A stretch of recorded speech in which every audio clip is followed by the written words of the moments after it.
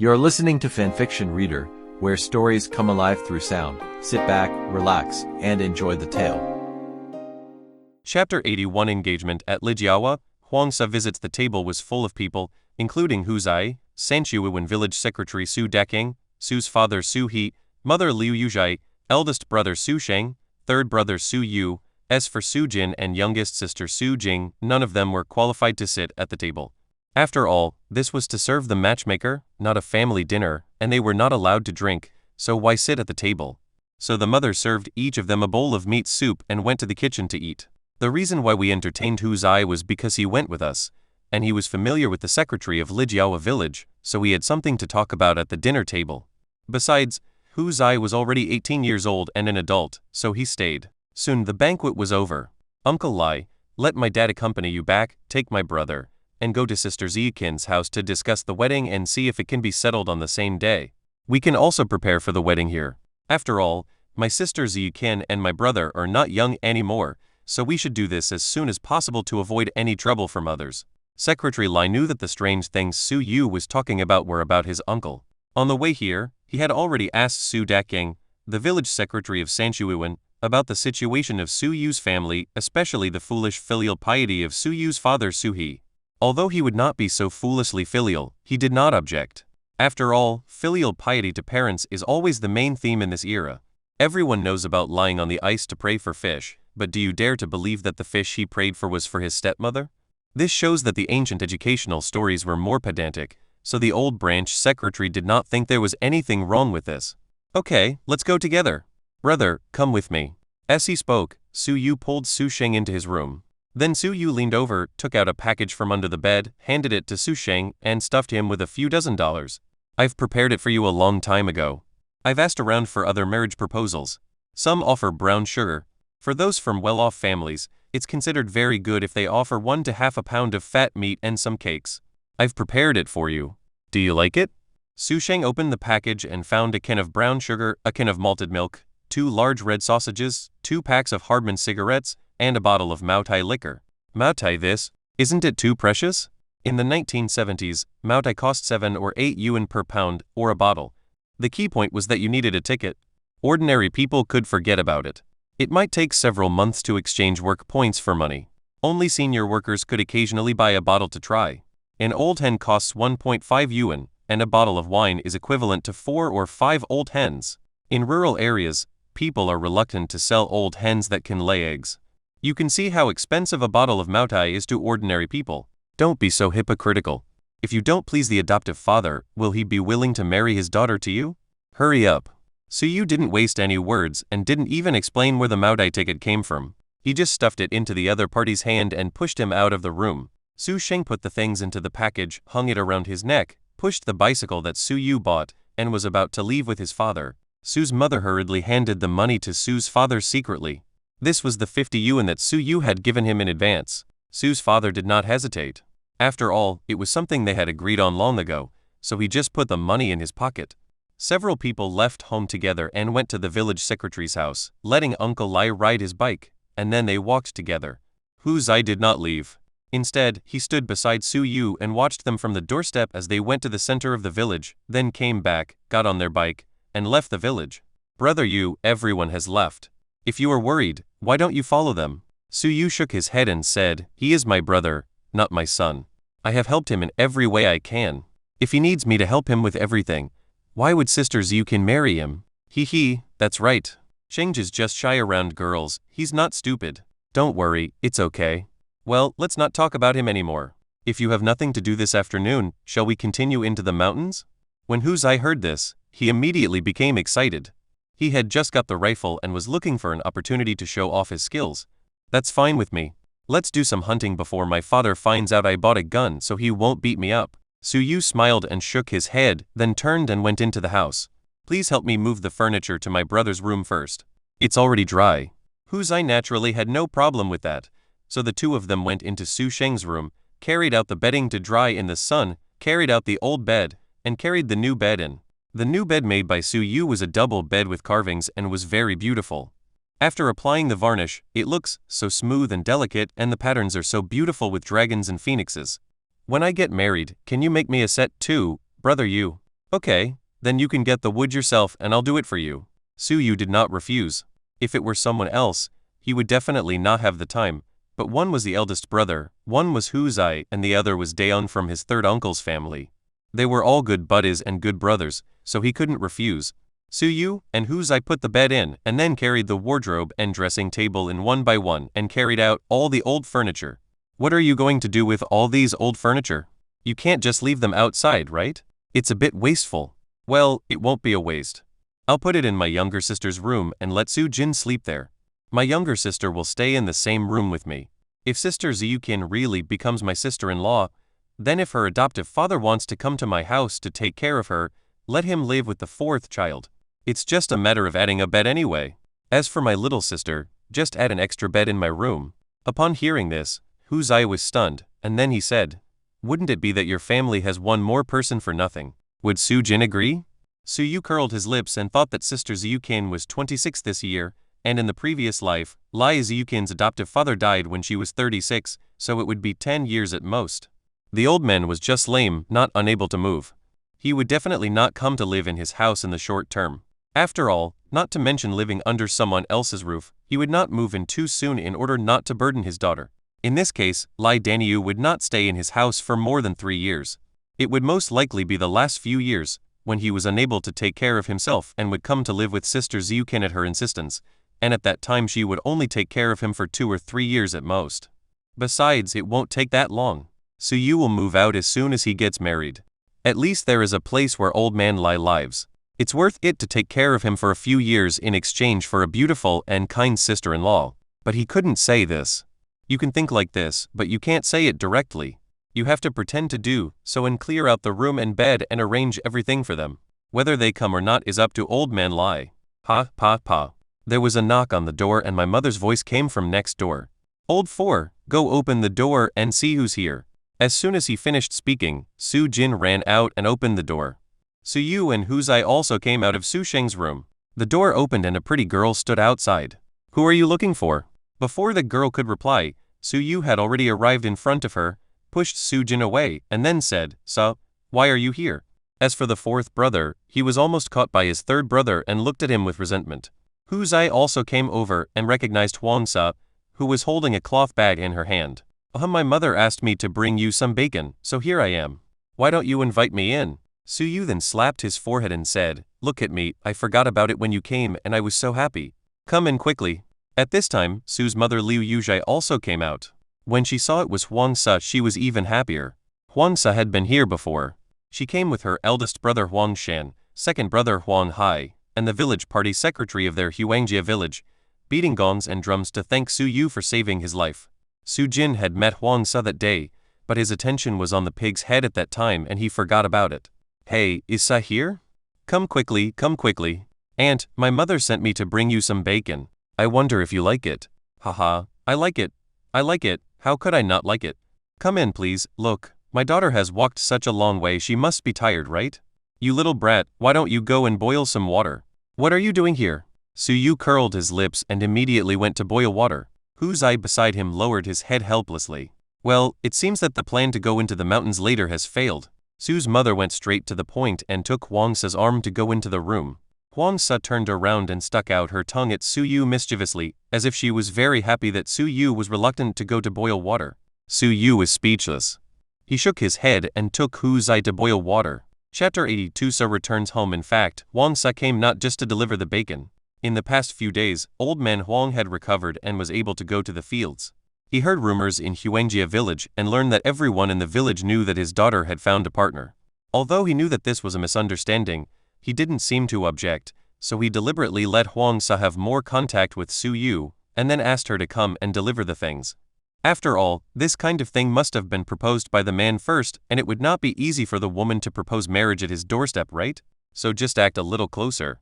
If they are interested, they will naturally find a way to find out what the Huang family is saying and whether they are willing to get married. Huang Sa was completely clueless about this and actually thought that her mother asked her to deliver the gift in order to get close to the Su family. After all, the Su family had been very kind to their family. Not to mention sending bacon. Even if the Su family encountered a difficult problem, their Huang family would not stand idly by. After all, it was Su Yu who took decisive action to save her father. The Huang family will never be vague when repaying a favor. Several hours passed in a flash.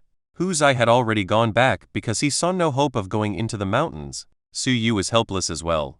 He couldn't just abandon Huang Sa and let them go into the mountains together, right? You are responsible for sending Sa back home. You must send her home safely, understand? Su's mother took out a cloth bag of plum beans and asked Huang Sa to take it. These were grown in their own private plot. Although all the land belonged to the collective, there were few people in their village and they did not eat from a big pot. They could make their own fires so they could grow something in their own yard. For example, behind the house and around the house were all private plots. Once you grew them, they belonged to you and no one would bother you for these things. No! Huang Sa was still trying to be humble with Su's mother, not wanting it, but how could Liu Yuzhai let her go back empty-handed? Not only did she get plum beans, she also took out 2 cans of hawthorn from the cabinet. These were bought by Su Yu as dessert for her younger sister, but now her mother took them out to give away. Su Yu couldn't stand it any longer. It was just 2 cans, wasn't it? Was it that serious? He could just buy a few more next time. So he just took the can, put it in the backpack, and walked away with Huang Sa. As she walked, Huang Sa said goodbye to Su's mother. Hiss, you're hurting my arm. Huang Sa shook off his hand and reluctantly followed him away. Wait for me to go to the village chief's house to borrow a bicycle. I don't want to run back with you for the 20 miles. Su Yu immediately went to the village chief's house, and Huang Sa had to stand at the door. Su's mother came out to chat with her while they waited. Not long after, Su Yu came, patted the back, and asked Huang Sa to sit on it. Huang Sa didn't hesitate and sat down. Put your hand out and grab my clothes to prevent you from falling down. Huang Sa patted him on the shoulder, disliking that he couldn't speak, but she did it anyway. Then her expression changed immediately, and she said goodbye to Su's mother with a smile on her face. Su Yu got on the bike and headed straight out of the village with Huang Sa. Tell me, if I take you back to the village like this, will people think you are returning home? Hearing this, Huang Sa's face turned slightly red, but she remained stern in her words. Don't talk nonsense. If you keep talking nonsense, I'll strangle you to death. As she spoke, Huang Sa stretched out her hand and placed it on Su Yu's waist, warning him that she would attack him if he dared to talk nonsense again. Su Yu was speechless. Women know how to pinch people without any instruction. That's right. The dogs in your village almost recognize me. If I take you back to the village, the children in your village will definitely chase me and ask me for candy. Do you believe it? The more Su Yu spoke, the redder Huang Sa's face became. Fortunately, she was behind Su Yu and couldn't see it, otherwise Huang Sa would have been furious. SHH. Stop pinching me, stop pinching me. If you continue, you'll get red marks. Huang Sa snorted coldly to express her dissatisfaction. However, as they stumbled along the way, Huang Sa's 2 granaries hit Su Yu's back many times, making him feel a push on his back. Huang Sa didn't notice it at first, until she found that Su Yu deliberately took the downhill and bumpy road. She became alert. Immediately, a small hand stretched out again, pinched the soft flesh on Su Yu's waist, and started to do something weird. Su Yu naturally knew why he was pinched, so he could only endure it and didn't ask. Otherwise, if he asked, the other party would definitely become even more angry and pinch him even harder. I heard from Auntie that your brother is getting married? Well, it should be soon. Why? Are you jealous? Or can't wait? Huang Sa was not embarrassed by these words. After all, Su Yu had been teasing her a lot along the way. Humph, you can't spit out ivory from a dog's mouth. I just think that your brother is married and he may not be able to stand you as his brother-in-law. After all, your eyes seem to have hooks, which makes people uncomfortable. It would have been better if she didn't say it. After she said it, Su Yu became even more excited. The 2 of them were playing and fighting, and accidentally the car overturned. However, Su Yu was quick-witted and hugged Huang Sa and rolled down the slope. When the 2 stopped, they were already at the bottom of the slope. Su Yu was just pressing on Huang Sa. The 2 looked at each other, facing each other, less than 4 feet apart. A masculine scent hit her in the face.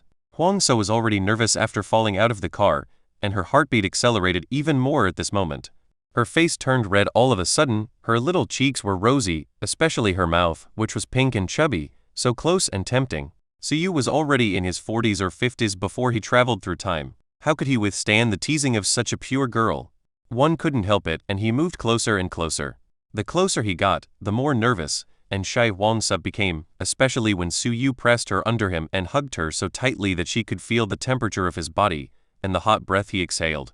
Seeing that she was just shy and nervous and did not refuse, Su Yu no longer hesitated and accepted it directly. After much effort, I finally pried open the other person's mouth, and they parted lips after a long time. In fact, just when Huang Sa was about to push the other person away, he stopped, which made Huang Sa angry with nowhere to vent. It's not open yet. Huang Sa pushed him away as she spoke. She was very angry, and just as she was about to stand up, she felt a sharp pain in her leg. Huang Sa sat on the ground, hugged her knees, and cried out in grievance, and tears started to fall. When they kissed just now, she was simply overwhelmed by the kiss. Her mind was blank and she was at Su Yu's mercy. Now she felt not only embarrassed, but also a little overwhelmed. Then she started crying, and Su Yu hurried to comfort her. Huang Sa cried even harder. The granary was shaking, which really attracted people's attention, but Su Yu did not stare at it. There would be plenty of opportunities in the future anyway. All right, stop crying. I will definitely take responsibility to the end. Please stop crying. Su Yu sat next to her, picked her up, let her sit in his arms, and then held her and coaxed her. Huang Sa didn't expect Su Yu to be so bold. He actually held her in his arms and let her sit on his lap. But thinking about the fact that she had just been kissed by this guy and sitting on her lap and being hugged, it didn't seem unacceptable. After crying for a long time, she was finally coaxed to death. Su Yu took the opportunity to give her a light kiss on the mouth, then picked her up, lifted the car with his feet, and put her on the car beam. It's like letting her sit in the front, which is almost the same as being in her arms. I'd better sit in the back. If you take me back like this, the villagers will gossip about me. Even though I have been taken advantage of for a long time, I cannot show it. It's okay, there's nothing to be afraid of. I'll come and propose marriage some other day. You'll be mine sooner or later. Upon hearing this, Huang Sa rolled her eyes and ignored him. Chapter 83. Preparing for the wedding of the eldest brother and going into the mountains. Finally, Su Yu sent Huang Sa home safely. He asked Huang Sa to tell her family about the matter so that when he really came to propose marriage, her family would be completely unaware. Su Yu did not follow her into the Huang family's gate, but sent her to the village entrance and left. Perhaps Huang Sa was shy and did not want to be taken into the village by Su Yu on his bike. Not long after, Su Yu returned to Sanshui Bay, returned the bicycle, and went home. When he got home, Su's father and elder brother had already returned, and the village secretary Su Dakyang was also there. Dad, Uncle Dakyang, big brother, you are back? How's it going? Is it done? He felt that Su Yu was more anxious about his elder brother's marriage than his elder brother. Of course, Su Yu knew the fate of his elder brother, and of course he had to find a way to help him. Otherwise his elder brother would not have gotten married at the age of 34 or 35 and ended up getting divorced, which was miserable. It's done. It's done. The eldest brother looked excited and happy. I'm discussing your brother's marriage with your Uncle Dakyang. Well, now that it's decided, what day is that? After asking, he looked at his eldest brother. The day after tomorrow, Uncle Dakyang will give me a letter of introduction tomorrow, and Zikin will also get it tomorrow. Then the day after tomorrow I will pick her up to register together. At that time, many people could get married within 3 days from meeting each other. It was not like in later generations, where couples had to talk for half a year to get to know each other's personalities. If you drag it out for half a year at this time, that would be considered hooliganism, so even if it is longer, it will not exceed 3 months, except for college students of course. Due to cultural differences, there are many people who love each other and wait until graduation to get married, but this does not include people in rural areas. That's a good thing. You really need to discuss it carefully. Brother, come out for a moment. Su Yu hooked his finger and asked Su Sheng to follow him. Su Sheng didn't understand, but he was grateful that his brother was taking good care of him. He thought his brother needed his help with something, so he walked out immediately. Here, take it. Here is 100 yuan. Tomorrow you can get a certificate and go to Lijiawa, then take Sister Ziyukin to the city. Forget it. Huzi and I will go with you. We need a day to buy everything, including thermos, quilts, pillows, wash basins, mirrors, wine, candies, and meat. Forget it. I will come back tomorrow and go into the mountains to hunt. No, even if I need to buy so much, it won't cost more than 100 yuan, right? Su Yu was speechless. Then he rubbed his brows and said patiently, Sister Ziyukin's family is so poor, do you think she can get any new clothes when she gets married? You can't let her marry in rags, right? We don't have cloth coupons or cotton coupons at home, and we don't have enough time to make you a new quilt, so we can only go to the store to buy a ready-made one. Even if you need coupons, the worst that can happen is that you can just pay more. The counter staff have coupons in their hands, and they will definitely be willing to give them up if you pay more. In addition to buying a set of clothes for Sister Ziyukin, you also need to buy new shoes, including your own set, plus a quilt cover, pillowcase, big red flower, and zizi. All of these require money. Stop talking nonsense and take them. Su Yu walked out after saying that. He needed to get the square table, armchairs, seats, etc. out as quickly as possible, then paint them with varnish so they could be dried the day after tomorrow. Only then would they look presentable when he moved into the new house. Su Sheng reacted without saying anything, put the money in his pocket, and walked out to help Su Yu move the wood. Can you do it in such a short time, third brother? Don't worry, at most I'll just have to stay up all night. I'm sure I can fix it, and it won't delay your use. This was indeed the case. It took him half a day to finish the square table and the armchair. Then Su Sheng was responsible for applying the varnish. This job did not require any technical skills and only required an even application. It took me a whole day to finish it, and I stayed up all night to get the wash done out before going to bed and apply some polish on it. That's when I finally finished everything. Today's work might not be finished within a day by anyone else, but Su Yu had amazing physical strength and strong carpentry skills, so he was able to finish it. But today, Hu Zai stood up again.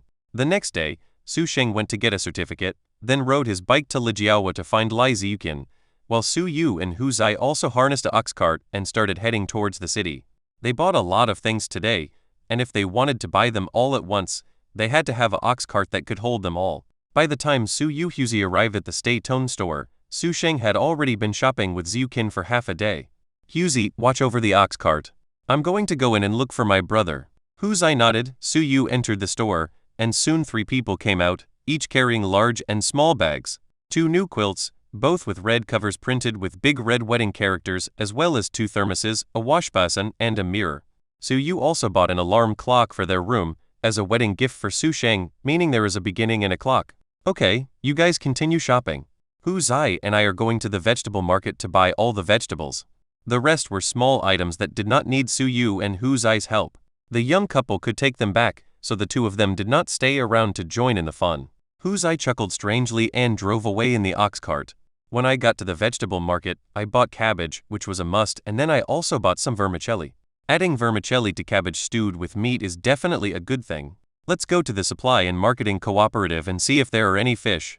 There are definitely not enough fish in the market because we catch them all ourselves, not raise them. But it's different with the supply and marketing cooperatives. For example, during the Chinese New Year or the Mid-Autumn Festival, the supply and marketing cooperatives will provide various sea fish, such as knife fish. They will all be allocated according to the supply and marketing cooperatives. You will eat whatever is allocated for the Chinese New Year. The same goes for the Mid-Autumn Festival. Mooncakes will be allocated to you, so don't underestimate the supply and marketing cooperatives. Sometimes people will send fish to sell. Of course, not just 1 or 2 fish, but whole trucks of fish. Some are caught by digging ditches in a certain commune, and some are caught by pumping water themselves.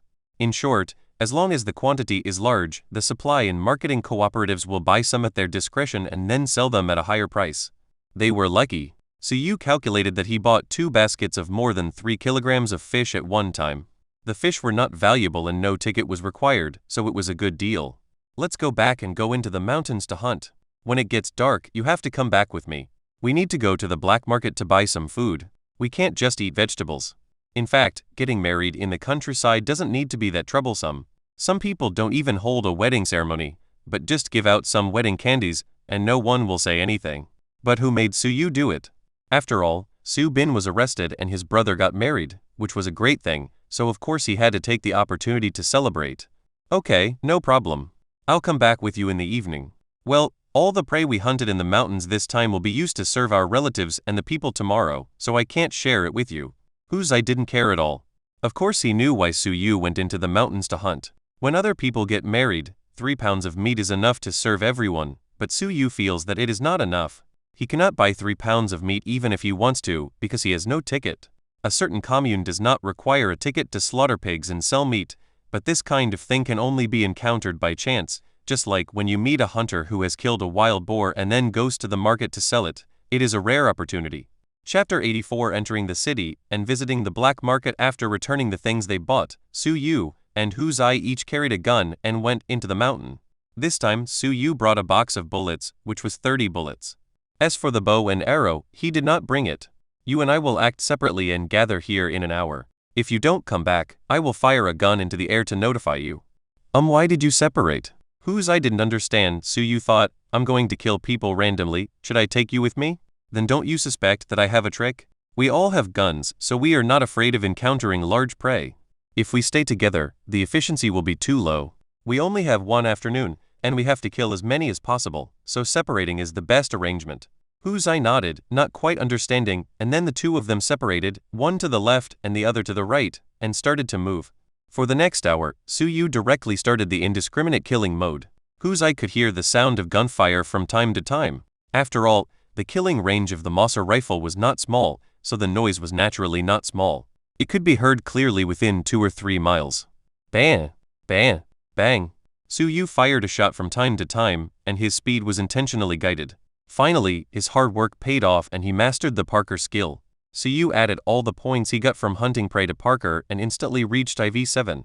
Host: Su Yu, age 19, physical fitness 18, strength 27, speed 20, endurance 22, skills: fishing IV3, archery IV9, tracking IV7, dog training IV1, fighting IV4, butchering IV17, rock climbing IV7, marksmanship IV8, carpentry IV5, Parker IV7. Skill points: 0 strength increased by 2 points, Su Yu increased by 5 points, and even endurance increased by 2 points.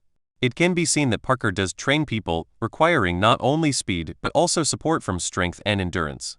Next, Su Yu went even more crazy, because Parker IV7 allowed him to walk on the mountain road as if it were flat ground, and his speed increased dramatically. He went in and out 3 times, tracking the enemy directly by smelling the scent, and there was constant gunfire. Normally, the prey would flee after hearing the gunshots, but Su Yu was so fast that the animals running around suited his needs, so he killed them indiscriminately. Brother Yu, you are finally back. Look what I caught. Su Yu looked over and saw a Sika deer lying at Hu Zai's feet. This surprised Su Yu. It was rare that Hu Zai shot a Sika deer the first time he went hunting with a gun. That's amazing. I didn't expect your harvest was no worse than mine. Su Yu tied up a bunch of prey with ropes, including 5 pheasants, all of which had their heads shot, 3 rabbits, 5 wild wolves, and a little wild boar. Brother Yu, have you encountered a pack of wolves? Well, there were more than a dozen wolves besieging this wild boar. I found them and killed 5 of them. The others ran away. This wild boar's hind legs were dug out by the wolves, so it didn't have time to run away. The other wild boars took advantage of the wolves to escape. It's not that Su Yu didn't shoot the wild boar with his first shot, but that there were more than a dozen wolves in the pack. If he shot the wild boar instead of the wolves, the wild wolves would probably turn around and attack him. Wolves are very cunning animals. They will not only reap the benefits while others are doing it, but will also take advantage of any opportunity to attack. If you don't hurt it, it's hard to tell whether it has really run away or hidden. So you tied all the prey together with a rope and carried them over. Wow, it weighed at least 300 kilograms. Even if each wolf weighs 30 kilograms, 5 of them would weigh 150 kilograms. A small wild boar would weigh 80 kilograms. Add rabbits and pheasants, and it is not an exaggeration to say that the total weight is nearly 300 kilograms. But the Sika deer next to Hu Zai was equally heavy, weighing more than 100 kilograms, so Su Yu said that Hu Zai's harvest was almost the same as his. Let's go, that's about it. It only took the 2 of them more than an hour. Hu Zai was lucky as he only killed a Sika deer in an hour, and that deer escaped to Hu Zai because of Su Yu's gunshot. But Su Yu was different as he completely relied on his sense of smell to chase the prey. Hu Zai was used to Su Yu's strength, so he was not surprised at all when he saw Su Yu tying up the prey and carrying it down the mountain by himself. It wasn't long before they came back, but the eldest brother Su Sheng hadn't come back yet. He was probably out buying wedding candies and wedding characters. Su Yu gave these things to the eldest brother himself. After all, marriage is something that still requires the young couple's participation.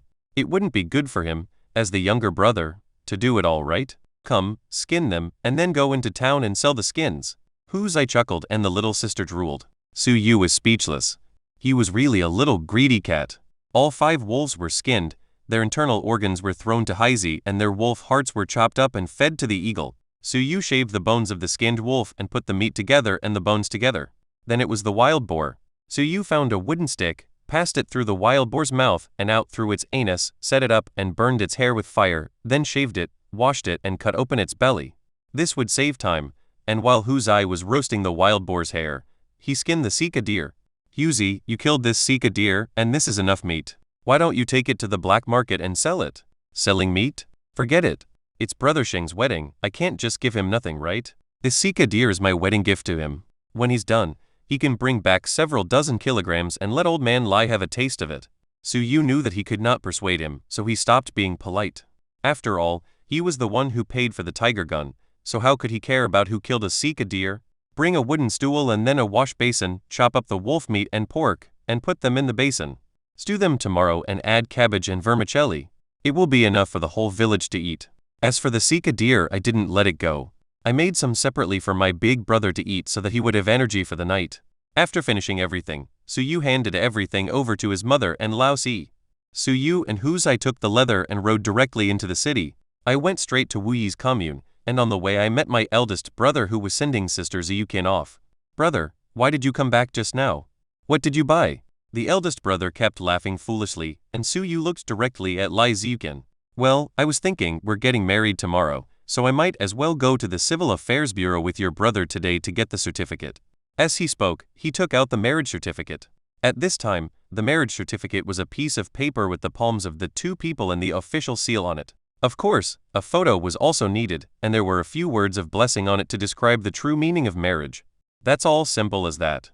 Oh, Brother Sheng, congratulations! Congratulations! Hu Zai immediately congratulated him, and Su Sheng immediately took out a handful of candies and stuffed them into Hu Zai's pocket. Su Yu was speechless. Okay, I won't chat with you anymore. I'll send your sister-in-law back first. Why are you still going into the city? So Su Yu explained, and Su Sheng thought about it and realized that he couldn't ask his brothers for help with everything, so he said, wait for me at the door after you deliver the leather. I'll go with you. Although he didn't know about Su Yu being beaten up the last time he entered the black market, he knew that the black market was not a good place. With Sheng Jie around, it was much safer.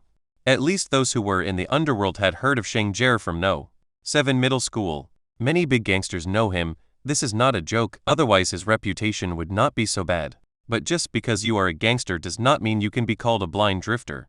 If you don't have a good reputation, you don't deserve to be called a blind drifter. Su Yu did not refuse but agreed. He finally delivered them to Master Wu before getting off work. There were 5 wolf skins and 1 sika deer skin. Although they were rubbed with wood ash, they were not processed, so they were considered semi-finished products. But Wu didn't make things difficult for them and gave them $10.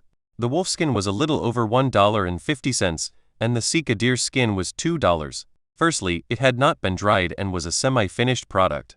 Secondly, the sika deer skin was shot on the abdomen, with 2 bullet holes that went through the abdomen. It was not a complete product. In addition, it was not processed much and was considered good to be able to get $2. After saying goodbye to Wu Yi, Hu Zai and Su Yu, they were not far from the commune, squatting on the ground waiting for Su Sheng to come. Su Yu was smoking a cigarette, while Hu Zai was bored. Chapter 85. Why Huade Steel Plant Chef, have you been waiting for a long time? I rushed here as fast as I could. Su Sheng was panting. He finally arrived. He needed to send Lai Ziyukin back and then come back. He also needed to put the things back home.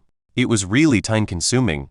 Fortunately, they were all here to enter the black market, so they had enough time. Not only was it enough, but to be precise, it was still too early. They still needed to wait for a while.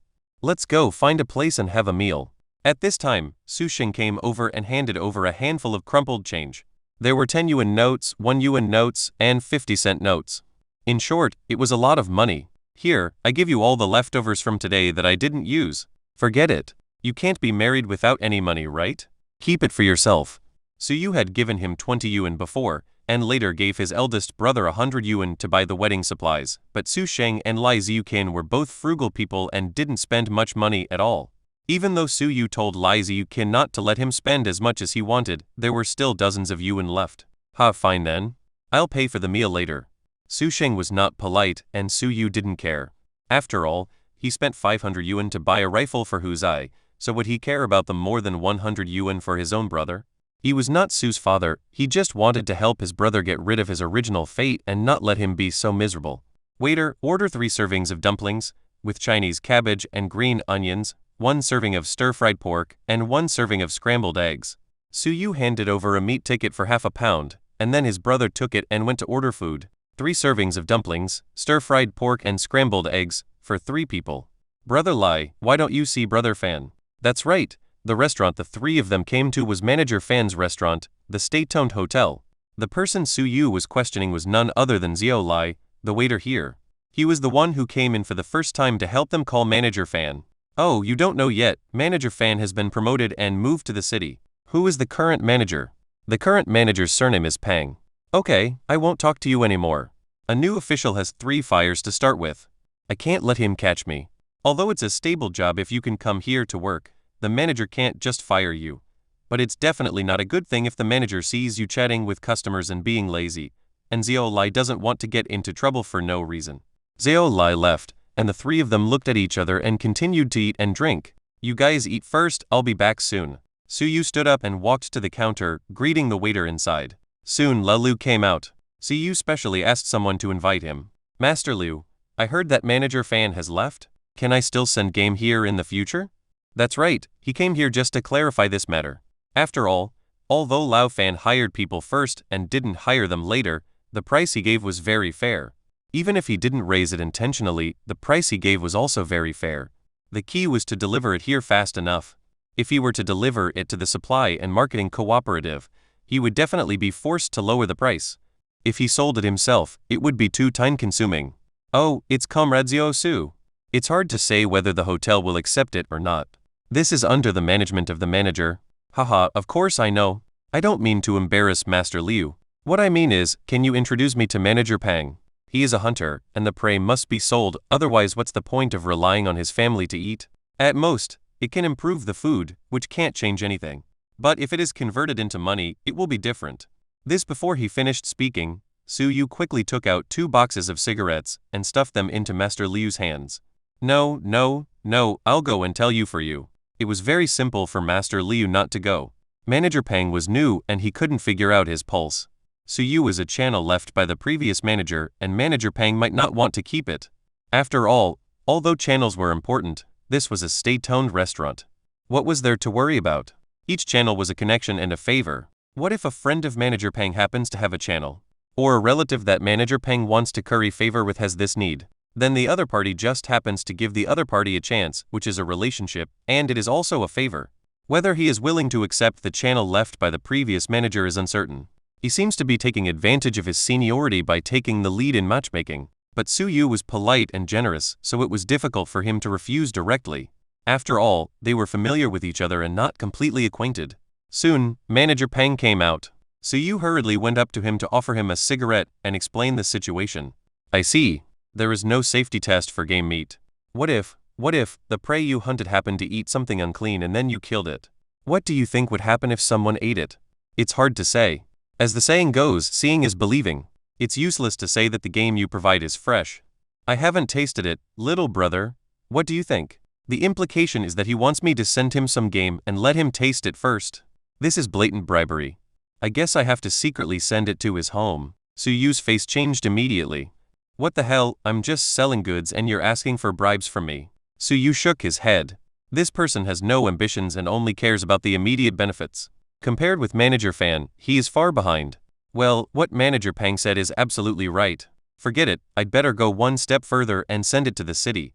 Then it's up to you. Manager Pang snorted coldly and said something sarcastic to Master Liu next to him, meaning that he shouldn't bring just any cats and dogs to see him. This made old Liu quite embarrassed, and Su Yu looked very apologetic. Old Liu was completely in trouble and was implicated by him. It's okay. Manager Pang is just like that. He doesn't tolerate any grain of sand in his eyes. This is not your fault. Su Yu thought to himself, Lao Liu, you have also learned bad things. Do you not tolerate any grain of sand in your eyes? This is more like an idiot. He is sarcastic to his subordinates as soon as he comes. Lao Liu is the chef in the kitchen.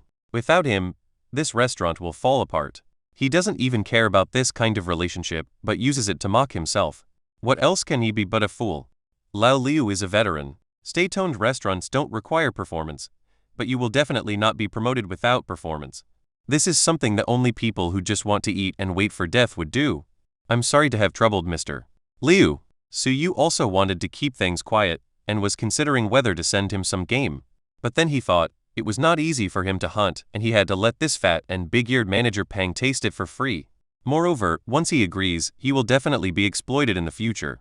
If you don't give him the game, he will definitely find all kinds of excuses, either to lower the price or simply not want the game he gave you. Instead of this, he might as well be sent to a commune or supply and marketing cooperative. As for sending it to the city, the distance is still a bit far and not worth it, so it is purely for entertainment. I'm fine, but what are you going to do in the future? A lot of games sent to the commune won't sell for a good price. By the way, wait for me. Not long after, Master Liu came back with a note in his hand. The person on the note is Y. Hewade, my junior fellow apprentice. He knows our local steel mill, right? He's the chef there. I'm sure they need him, but I don't know if they accept individual portions. You can ask me when you get there. As expected of a chef, his junior and senior brothers all hold good positions and are master chefs in the steel mill. There is no doubt that there is a shortage of meat, but there is a lot of it. For someone like Suyu who sends 3 or 5 pheasants, at most he can prepare a special meal for the leader, and it is not certain whether he will accept it or not. Okay, I'll try my luck another day. Thank you, Mr. Liu. Chapter 86 Buying Food on the Black Market and Encountering Ticket Scalpers. After saying goodbye to Master Liu, eldest brother Su Sheng paid the bill and the 3 of them left the state-owned hotel. The 2 of them had carefully heard the conversation between Su Yu and the fat manager Peng, so Hu Zai was very angry at this moment. Brother Yu, this fat guy takes himself too seriously, doesn't he? He's in charge of just a few dozen people, yet he dares to take bribes. He's simply shameless. Should we wait for him to get off work tonight? Put a sack on him and beat him up to vent our anger. These days, being put in a sack and beaten is not a big deal.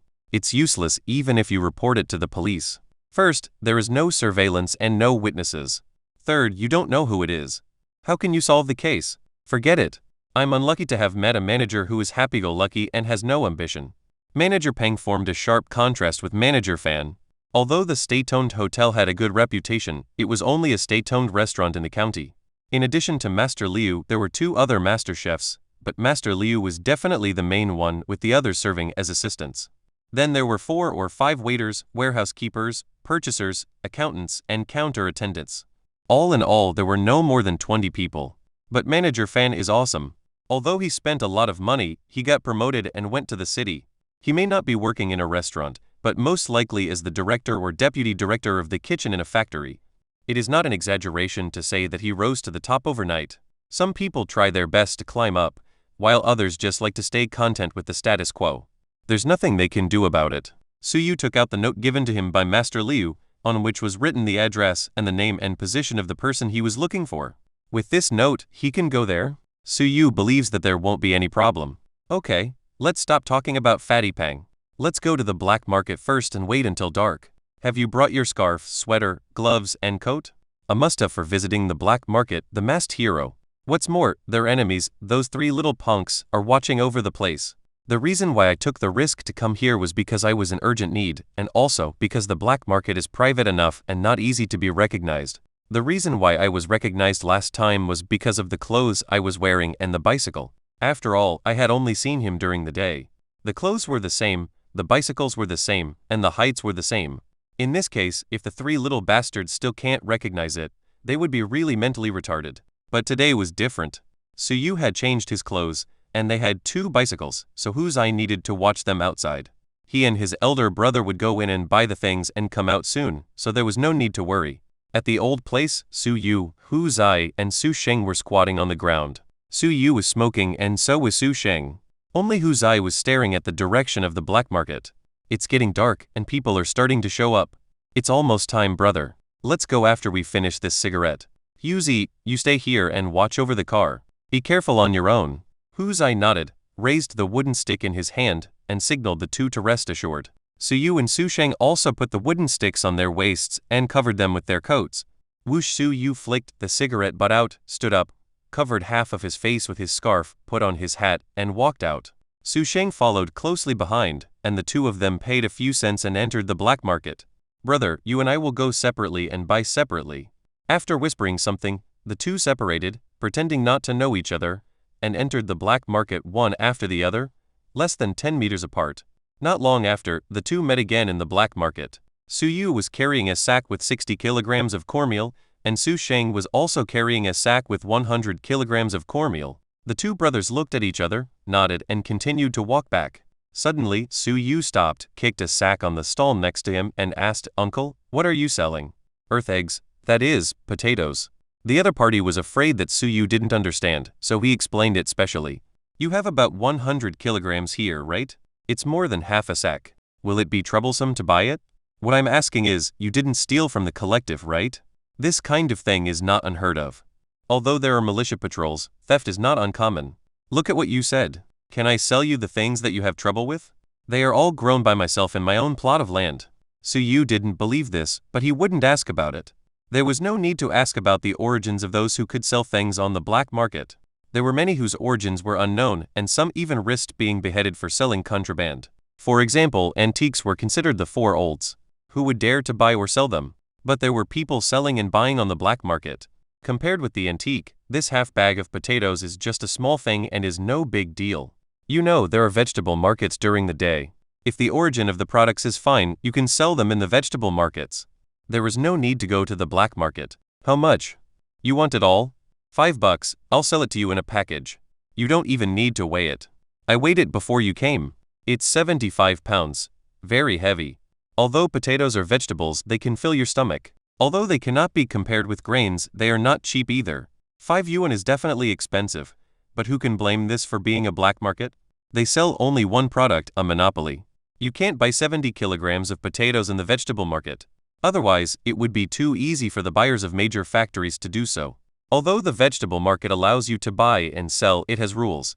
For example, the amount of fruit sold is limited, and each person is not allowed to buy more than a certain amount. The same goes for vegetables. You are allowed to buy and sell in order to benefit the general public, not the rich. So even if you are a little scheming and go to 4 vegetable markets in a row, you won't get much in total. But it's different in the black market. There is no limit on the quantity, as long as you have money. Okay, I'll buy it. Yu handed over $5. The uncle was smiling happily and opened the sack to let Yu take a look. With the help of the moonlight, he could vaguely see the quality of the potatoes. It must be said that in this era before the rise of the Industrial Revolution, the moon at night was really bright. It was not as bright as day, but you could see your own shadow. Little brother, do you want me to help you lift it and put it on your shoulders? He saw Yu carrying a sack, which should be cornmeal, but if he added his potatoes, the other party might not be able to carry it. No, I can do it myself. As he spoke, Yu picked it up with one hand, then raised his hand and carried the potato sack. Then he strode out of the black market. Many eyes saw Yu lifting a 100 jin sack of potatoes with one hand, and immediately withdrew their gazes from him. Wow, they thought they met a fat sheep, but it turned out to be a warrior. Forget it. On the other hand, although Su Sheng was also carrying 100 kilograms of cornmeal, few people dared to look at him. Yu was 1.85 meters tall, but Su Sheng was 1.95 meters tall, 10 centimeters taller and more than half as muscular. Although Yu's body has been strengthened and his strength is not inferior to Su Sheng's, he doesn't look it. He is a bit like Brother Long, who looks thin when dressed and has muscles when undressed. If he doesn't take off his clothes, you won't feel that he is strong at all. He is a muscular man. But Su Sheng is different. He is burly with thick arms. Although not as terrifying as Huang Shen, he is also not simple at first glance. Why buy so many potatoes? You can't eat them all. Yes, even if you bought potatoes from the black market and took out 5 or 6 kilograms, it would be no problem, but it is absolutely impossible for you to take out 100 kilograms. Even a fool would know that you have entered the black market. Of course, cornmeal is different. After all, if the food coupons are not on the black market, you can still find someone to share them with, that is, borrow other people's food coupons. You can exchange them for things or pay money. As long as you don't sell them, it is not considered speculation. It's okay, just eat it slowly at home, there's no rush. Brother, you go ahead, I'll go over there and take a look. Yu went in one direction. Su Sheng took a look and did not follow him. He went to find Hu Zai. After all, Hu Zai had 2 bicycles. Although they were hidden very secretly, what if someone spotted them? He went back to make sure that the bicycles and Hu Zai were okay. Give me the things, I'll bring some back for you. Su Sheng picked up 60 kilograms of cornmeal and left. Yu walked to the other side, where there was a man wearing a military coat. There were a few people around him communicating with him furtively. The man took out something from his military coat and handed it to the other party from time to time. Yu understood it at a glance. This was a ticket scalper. Being a ticket scalper is considered a side job. It is considered as reselling, that is, speculation, and the police will also arrest such people. But there is no shortage of such people in reality, and ordinary people don't hate them. After all, although they resell to make a profit, they can save lives at critical moments. For example, your wife is weaning and your child needs milk powder, but you don't have a job. Where can you find milk powder tickets? Relying on the little money given by the commune? The child will starve to death. Dude, what are you looking at? What do you need? After sending one away, the ticket scalper saw Yu standing aside, carrying a sack of things in one hand. It looked heavy, so the ticket scalpers did not dare to offend him easily. After all, this was the black market. Although the ticket scalpers who could come out to resell knew of few people from all walks of life, there was never a shortage of ruthless people in the black market. They had to be timid when they needed to be. Besides, he was not a timid person. He just had a better attitude. Harmony brings wealth. What tickets do you have? Tell me, I want to see if there's anything I need. Chapter 87. Purchase various bills and prepare for purchase. The ticket seller frowned when he said this. After all, speaking like this was very provocative. Others would think he was deliberately looking for trouble. However, the ticket seller had come into contact with all kinds of people, so he didn't get angry, but he didn't take a very friendly attitude either. Hey, I have all the tickets, but can you pay for them? Su Yu heard that what he said just now made the other party feel uncomfortable, but he ignored it and said to himself, I really want to buy it, not to make fun of you. Take it out and have a look. Don't worry, I won't touch it. Seeing that Su Yu deliberately took 2 steps back and distanced himself from him, the ticket seller relaxed a little. At the same time, he also realized that this man might just have a foul mouth and had no ill intentions. Okay, I'll show it to you. As he spoke, he took out a stack of tickets from his bosom. There were national grain tickets, fine grain tickets, coarse grain tickets, sugar tickets, cloth tickets, as well as very precious watch tickets and sewing tickets, as well as malted milk tickets and milk powder tickets. You have to say, this guy looks thin and small, but he is very knowledgeable. It is not surprising that he can get watch tickets and sewing machine tickets, but he can get milk powder tickets and malted milk tickets, which shows that there are important people among his acquaintances, at least a director, and there must be a pregnant woman in his family. She applied to the organization and only then would she get the milk powder tickets. Of course, he can sell the ones he can't use. How much is the milk powder ticket? How much is the malted milk ticket? How much is the watch ticket? How much is the sewing ticket? You want them all? I want them all. The ticket scalper frowned, thinking that the other party was playing a trick on him. Su Yu knew as soon as he saw his expression that he looked down on him. However, it was not his fault. After all, any ticket with the premium was not cheap. Su Yu didn't explain. He put down the potatoes and took out a wad of money from his pocket. He had deliberately put it in the lining of his shirt for emergency use. There was a total of 500 yuan. Although he knew that wealth should not be shown off, Su Yu had to show some strength at this time. Moreover, the two of them deliberately chose a place with few people for the transaction, so he was not afraid of the other party's intention to make a fuss, because he would buy a lot of things from the other party, and the money would be spent. It was still unclear whether it was worth it for the other party to have bad intentions towards him just for a few bills. Seeing Su Yu quietly take out a wad of money, although he only glanced at it quickly, it was definitely more than 10 bills, which means it was no less than 100 yuan. Anyone who could carry more than 100 yuan with him at this time was not someone to be trifled with, so the ticket scalper put away his contempt. Okay, then I'll count for you and you listen. 2 tickets for a watch, a Shanghai brand, that is, the watch worth 230 yuan. 2 tickets, one for 50 yuan. Not expensive, right? I'll sell you the sewing ticket for 45. If it weren't for the fact that I'm in urgent need of it, you wouldn't be able to get it at this price. Su Yu was not in a hurry to bargain, but motioned the other party to continue. As for the ticket scalper's words about being in a hurry to sell the ticket and needing money, he did not believe a word of it. He thought that the scalper was a rich man and was treating him like a fat sheep, but he did not refute anything. There are 4 cans of malted milk and 2 cans of milk powder. Malted milk is 5 yuan apiece and milk powder is 8 yuan apiece. That's not too much, right? Su Yu was speechless. The milk powder might not even be worth 8 yuan, and he had bought malted milk before, so how could he not know the price? The other party asked for 5 yuan right away, simply treating him like a fool. Su Yu was not in a hurry and raised his hand to signal him to continue. I still have a bicycle ticket here. If you want all of it, I can sell it to you secretly. For example, tickets for bicycles, watches, and sewing machines, as long as ordinary ticket sellers have them in stock, they will be taken away by the big boss behind the black market and then sold at a higher price. Of course, the black market run by the big bosses will not just collect the maintenance fees. If they don't take the opportunity to do some business, wouldn't it be a big loss? Of course, there are also ticket scalpers who sell tickets secretly, hiding them from the people behind the black market. Of course, the prices will definitely be cheaper than those of the black market bosses. Otherwise others will not buy them, and if the news gets out, he will be the one who suffers. I don't need the bicycle ticket, but the prices you gave for the other tickets are not reasonable.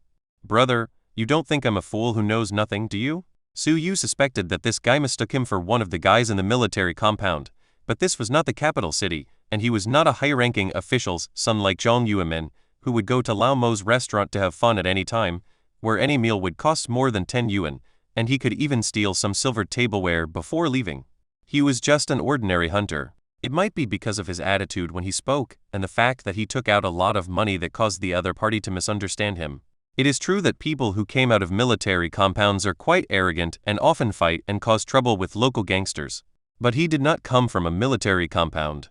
Others don't care about $12, but he does. Even though these people don't have much money, they dare to spend it because even if they have no money, the country will not let them starve to death.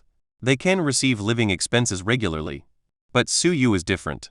He relies entirely on himself. Ahem. Then tell me, how much can you give?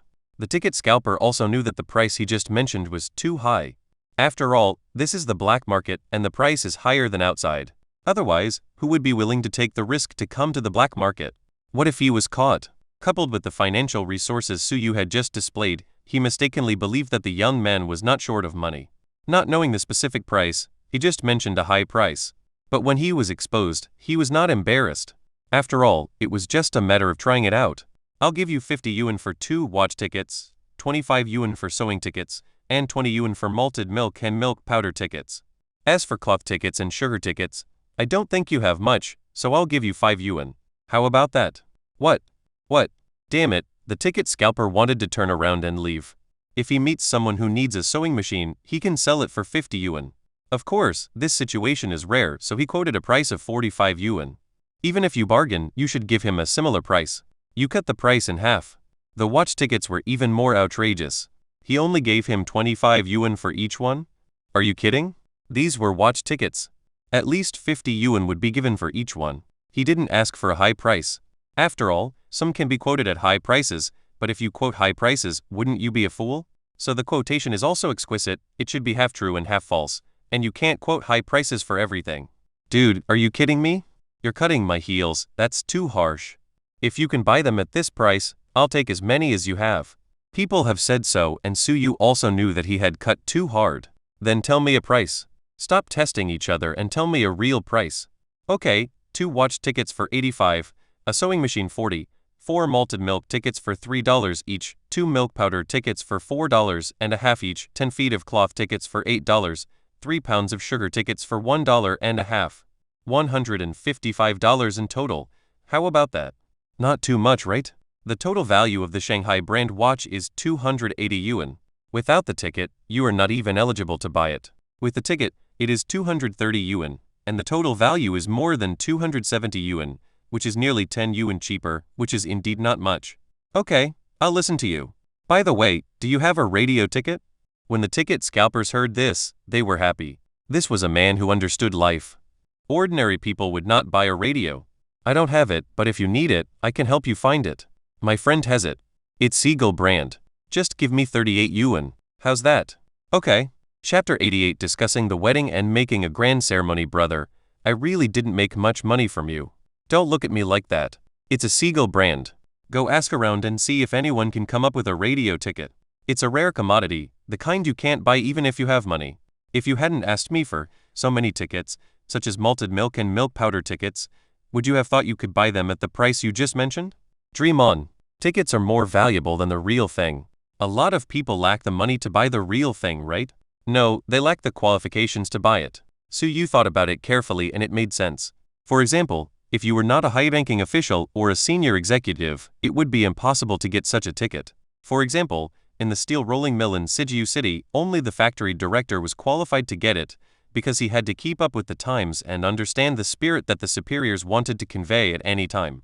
Therefore, he was qualified to get a TV ticket. Although the requirements for radios were not that strict, they were also very scarce. Here, a total of $193. Take it. By the way, I want all your coarse grain coupons and fine grain coupons. Forget about the national grain coupons, I want all the local ones. People who are on business trips need national grain coupons. If you meet someone in need, 1 pound of national fine grain coupons can be exchanged for 1.5 pounds of local fine grain coupons. If you exchange it for coarse grains, you can get more. But Su Yu doesn't mind using these to speculate, not to mention that the other party has already marked up the price when selling it to him. If he wants to resell it, he can only sell it at a low price, which is not cost-effective. You want all of them? Are you sure? Seeing Su Yu nod, The man didn't waste any words and immediately took out the local coarse grain coupons and fine grain coupons and started counting them. It didn't take long to finish. 500 kilograms of coarse grains and 120 kilograms of fine grains, all with local grain coupons. Fine grains are 8 cents a pound, coarse grains are 5 cents, coarse grains are 25 yuan, and fine grains are 9 yuan and 60 cents, a total of more than 34 yuan. Well, you can give the bill to 14. Wow, the other party directly asked for 1/3 of the total price of the grain and did not distinguish between fine grains and coarse grains, just took 1/3. The bill dealer makes money by the difference in total value, so there is no need to calculate each one individually. You just need to know how much you spent to get the bills, and then you can calculate how much you need to avoid losing money. So you didn't bother with him and just paid the money and left. After Su Yu left, the ticket scalper waved his hands vigorously. He made a lot of money this time. Doing business with others, the ticket scalper is only slightly better off than an ordinary family in a month. At least the family has enough food and drink. It all comes from the profit difference. If the volume is 1 month, then for each ticket, even for a watch ticket, the ticket scalper will not make much, a few dollars at most, and it will take a month of accumulation to make a small profit. But just now Su Yu took away more than a month's supply from him in one go. The larger the quantity, the more money he can make. The key is speed. He doesn't have to wait for more than a month. He can continue to make money, and he must have made a lot of money. What took you so long? What did you buy? Hu Zai, Su Sheng squatted on the ground and waited quietly for him to come back. Su Yu didn't say anything. He put all the bills in his pocket. These bills were for emergency use. After all, people still depended on the weather for their livelihood in this era. In case of famine, at least he had the bills and he wouldn't panic. I didn't buy anything. Let's go. Leave this place quickly to avoid encountering troublemakers.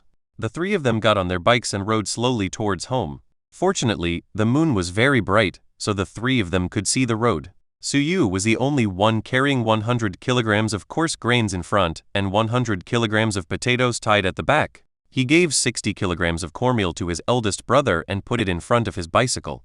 He carried Hu Zai behind him. The three of them rode back slowly, and it wasn't long before they finally got home at around 9 o'clock. Yuzi, thank you for today. Come early tomorrow and we will go to Lijiawa to pick up the bride together. Su Sheng called out to Hu Zai. He really needed to thank Hu Zai today. Without him, it would have been difficult for the two of them to bring back the food. If one person was watching the car and the other was going in and out to move things, even a fool would know that this was a fat sheep. But with just him and Su Sheng, others would only think that they were two groups of people and they would not be targeted. It's okay, don't worry, Sheng Jie.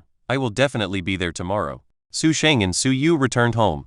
Just as Su Sheng was about to speak, he was stopped by Su Yu. Wait, there seems to be someone else at home. I'll hide the food first, you can go in later. As Su Yu spoke, he took one in each hand. The 200-pound stuff seemed to not exist in his hands. Su Yu went straight into his younger sister's room and hid 100 pounds of coarse grains and 100 pounds of potatoes under her bed. Su Sheng entered the house carrying 60 kilograms of cornmeal, and Su Yu followed closely behind him. Only then did he realize that there were two people sitting in the lobby. Both Su Yu and Su Sheng were very familiar with each other. Uncle Dakang, Uncle San, are you all here? The two men nodded at the two brothers. One of them was a biological uncle, and the other was also an uncle of the same clan. There was no need to hide the fact that they had been to the black market. It was just that the two brothers bought a lot, so Su Yu was more careful and hid some of them. Su Sheng came back just in time. We were discussing your wedding tomorrow. You brought back some things during the day and your dad showed them to us. Are you planning to have a grand wedding? During the day, they only bought the necessary items for the wedding, but just by looking at the candies, one can guess that they were planning to invite the whole village to a banquet, otherwise they would not have prepared so many candies. Yes, it's not a big celebration, but I felt that I couldn't let them down, so I just invited the villagers to have a feast. There was nothing else at home, but my brother hunted dozens of kilograms of game and stewed it with cabbage to satisfy everyone's cravings. Su Dakang thought so when he heard it. There was no need to spend money to buy game, and cabbage was not expensive. It was just that the pancakes were a bit wasteful. After all, every household nowadays did not have enough to eat. If he was inviting people to a banquet, he could not ask them to make their own pancakes, right? What about food? Do you want Uncle Dakang to send you a dozen kilograms of cornmeal tomorrow? If it is 30 kilograms of cornmeal, it would be $1.50, which is the price of corn. If it is cornmeal, it would be about $1.60 or 70 cents. In the countryside, apart from the food for one's own consumption, even if one exchanges work points for money, one can only get 2 or 3 yuan a month. The cost of cornmeal for a dinner party would be no less than 30 kilograms, and it is still not enough to fill one's stomach. So, Uncle Dakang was willing to take out the cornmeal himself, which was really good to Su Sheng, just as a token of his appreciation. The third uncle Su Yuezhang next to him blushed a little. It was not that he was reluctant to do so, but that he could not afford it. His family only had about 60 to 70 kilograms of cornmeal a month. Otherwise, how could they say that people are not full nowadays? A person has less than a kilogram of food a day, and you can't be full if you don't add wild vegetables. In some families, each person eats less than half a pound, and there are many who even have to skip meals. If you don't eat sparingly, you will have to eat dirt for the rest of the month. Ahem, no need. I was hunting a while ago. I met a good restaurant owner and made some money from his sales. Now he has been promoted to work in the city, but at least I still have some savings, enough for my eldest brother to buy some cornmeal for the wedding banquet. As he spoke, Su Yu picked up the sack and placed it on the table. One glance revealed that it was filled with cornmeal, because the smell of corn could not be hidden from a hungry person. Well, Su Dakang saw Su Yu glance at Su Yuanjing and he understood instantly. His uncle hadn't spoken yet, so wouldn't it be embarrassing for him to speak? But he really just had good intentions, so he didn't mention it again. That's it. Tomorrow, Su Yu, Hu Zai, Daong, and Kang Zai, you will be in charge of picking up the bride. Su Dakang made the decision immediately. Kainzi was the nephew of another uncle in the courtyard. He was related to the village chief and was only within the 5th degree of mourning. But when someone in the village gets married, all the people in the courtyard will come to help. The people in the courtyard here do not refer to the courtyard in the Sahayuan. The courtyard here refers to people of the same clan. Even if they are within the 5 degrees of mourning, they are still of the same clan because they have the same ancestor, so they are all called people in the courtyard. Young people must go to pick up the bride. It is impossible to ask someone in his 30s to go. It must be someone of about the same age as the groom, so they need to get enough people. It doesn't matter whether they are within the 5th degree of mourning, as long as they are someone in the courtyard. Everyone agreed. Su Dakang got up and left first, followed by his third uncle, and brother Daon also left the Su family with his third uncle. Su Yu patted his elder brother's shoulder and he also went back to the house. There was nothing to discuss. In the countryside, things are simple, very simple. The poor don't even have a wedding banquet. Many people just get a certificate, give out some candy, and go back to work in the fields the next day.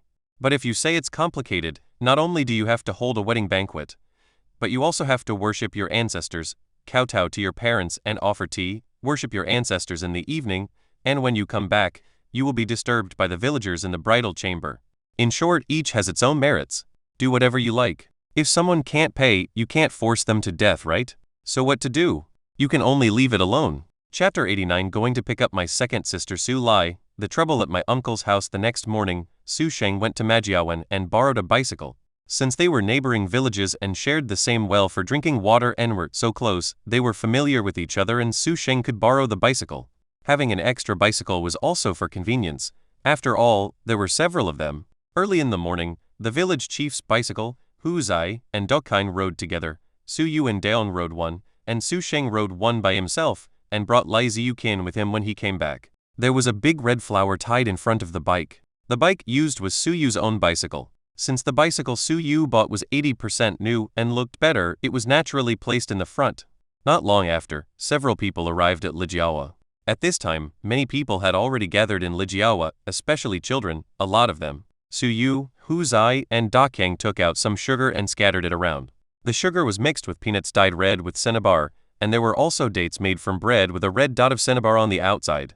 They were all diluted with water and there was nothing wrong with eating them. There is a saying that talking about toxicity without considering the dosage is just being a hooligan. It is just for the sake of celebration. Bread and dates are used, commonly known as huoshao, not donkey meat huoshao, but it is called this way. The dates inside are smaller than glutinous rice balls, round in shape, with a red dot on it. A coin is placed in one of the huoshao, which means whoever eats it will make a fortune in a year. The coin is usually 1 cent or 5 cents, depending on whether the host family is wealthy. It's okay to put in a 50-cent coin. The purpose is to get some good luck. What if you eat it? Of course, it is more because sugar is too expensive, so they make up a good meaning to save money. Don't grab, little devil, you stepped on my foot. Hu Zai roared, and then the group of naughty kids were not afraid at all, because the people who came to pick up the bride that day were all close relatives of the groom, or at least people from the same clan, so they didn't dare to turn hostile easily, and had to keep smiling. If they turned hostile when they suffered a little loss, then what's the point of getting married? So the little ghosts were not afraid at all and came to grab the things with their fangs and claws. Suyu was much smarter. When he saw someone rushing over, he simply opened the bag and threw the things out at once. Not only children would grab the things, but adults would also grab them, but no adults would rush forward like the children. When the groom entered the house, he first greeted Old Man Lai, said a few words and then went to pick up Lai Ziyukin. The door was closed and he needed to stuff a red envelope through the crack of the door, or answer questions or something like that. In short, he was deliberately making things difficult for Lai. After Su Sheng entered the door, Hu Zai, Su Yu, Kaingzai and Daong also entered the door. Several fancy-dressed older sisters came over, asked them to sit on the table, brought them a bowl, put an egg in each bowl, and some brown sugar if possible, and then asked several young ladies to open the eggs, rinse them with hot water, and bring them to drink. After drinking, put the bowl upside down on the table and put a few cents in it, or $1 if you are generous. It all depends on your heart. No matter it is a wedding or a funeral, this dish will be served at the end of the banquet to show respect. It is said that it was invented by Zhu Liang when Liu Bei married Sun Shengsheng. The purpose was to win over the subordinates of Suqiao at that time, make a sensation in the city, and put Suqiao in a dilemma. In fact, there was no such custom in Liu Bei's hometown, but the people of Suqiao did not know it and thought they were really respected. In the end, Sun Shengsheng had to turn the fake into real. There was also the reason why Liu Bei stirred up public opinion. After all, it had already caused a sensation. If she didn't really marry him, what would she do in the future? Later, this custom was passed down and became a must-have dish for respected guests. It is also called get-out soup. Su Yu had already given them money, so they didn't need to pay for it themselves. He put 50 cents in each bowl, which was definitely generous. Even if you put down a dime, the other party will have no choice. The young ladies who come to entertain them are usually from the same clan as the bride. The money does not need to be given to Old Man Lai. It is just to let them take advantage of it. So Su Yu would not give more or less. He only put 50 cents in each bowl, which was generous enough. Not long after they finished drinking, Su Sheng came out carrying the bride on his back. In this era, there was no need to wear a red veil, but a red flower was needed. Lai Ziyukin was dressed very beautifully today. Her lips were dyed with red paper, as if she had painted her lips red. She also had blush, which was of course dyed with red paper. As long as you take your time, it won't be much different from rouge. A group of people started to make a fuss, but Su Sheng didn't hesitate at all. Lai Ziyukin's weight was as light as a feather to him. When they arrived at the gate, Old Man Lai tremblingly raised his wine glass to toast his son-in-law, hoping that he would treat his daughter well. Then Su Sheng and Lai Ziyukin each drank a full glass. Lai Ziyukin cried inconsolably. Old Man Lai tried to hold back his tears and was supported by someone and waved his hand. Su Sheng then let Lai Ziyukin sit in the back of the car and called out to Su Yu, Hu Zai, Su Daong, and Kaingzai. They each found their teammates and started to rush back. The group was talking and laughing along the way, and soon they entered the village. However, there was still a group of idiots blocking the way. Fortunately, Su Daong was prepared and took out a bag of candy from his backpack. This was pure sugar, without any other weird things. Take it, eat it, and don't make trouble, do you hear me? Su Daong finished spreading the gourd in no time. Su Yu glanced at the crowd and realized that his younger sister was among them, and it seemed that she was leading the group. Su Yu was speechless. How could she play like this? Her eldest brother was getting married, and she brought people to block the way. This was incredible. Su Yu didn't hesitate. He went over and grabbed her ponytail, then reached out and picked her up, holding her in his arms. You little bastard, why did you bring these idiots to stop Big Brother's car? Don't you want your sister-in-law anymore? The girl giggled and said that her third aunt said it was okay. It turned out that he listened to what his third aunt said. He looked at Su Daong again. Su Daong was quite embarrassed and scratched his head. Su Yu smiled and hit him on the arm, and they entered the house. Su Hee, come out for a moment. The bride has been brought back, and the women of the same tribe are busy at home, cooking and preparing meals. The house is covered with a huge piece of cloth, like a shed. Village chief, what's the matter? Su's father came over, not knowing what was going on. At noon, before the feast begins, shouldn't the bride and groom be worshipping heaven and earth, respecting their parents, and thanking their relatives and friends? Your parents don't keep accounts, so how are they going to read them then? If you don't keep accounts, that is, you didn't come to give a gift, how can the accountant read out who gave what? If the accountant doesn't read out, how can the bride and groom bow to express their gratitude?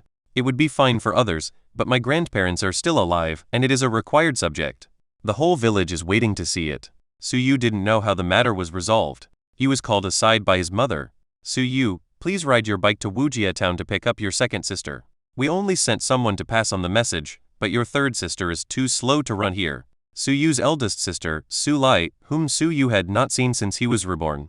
Wujia town was nearly 25 kilometers away from Sanshui Bay, or 50 miles.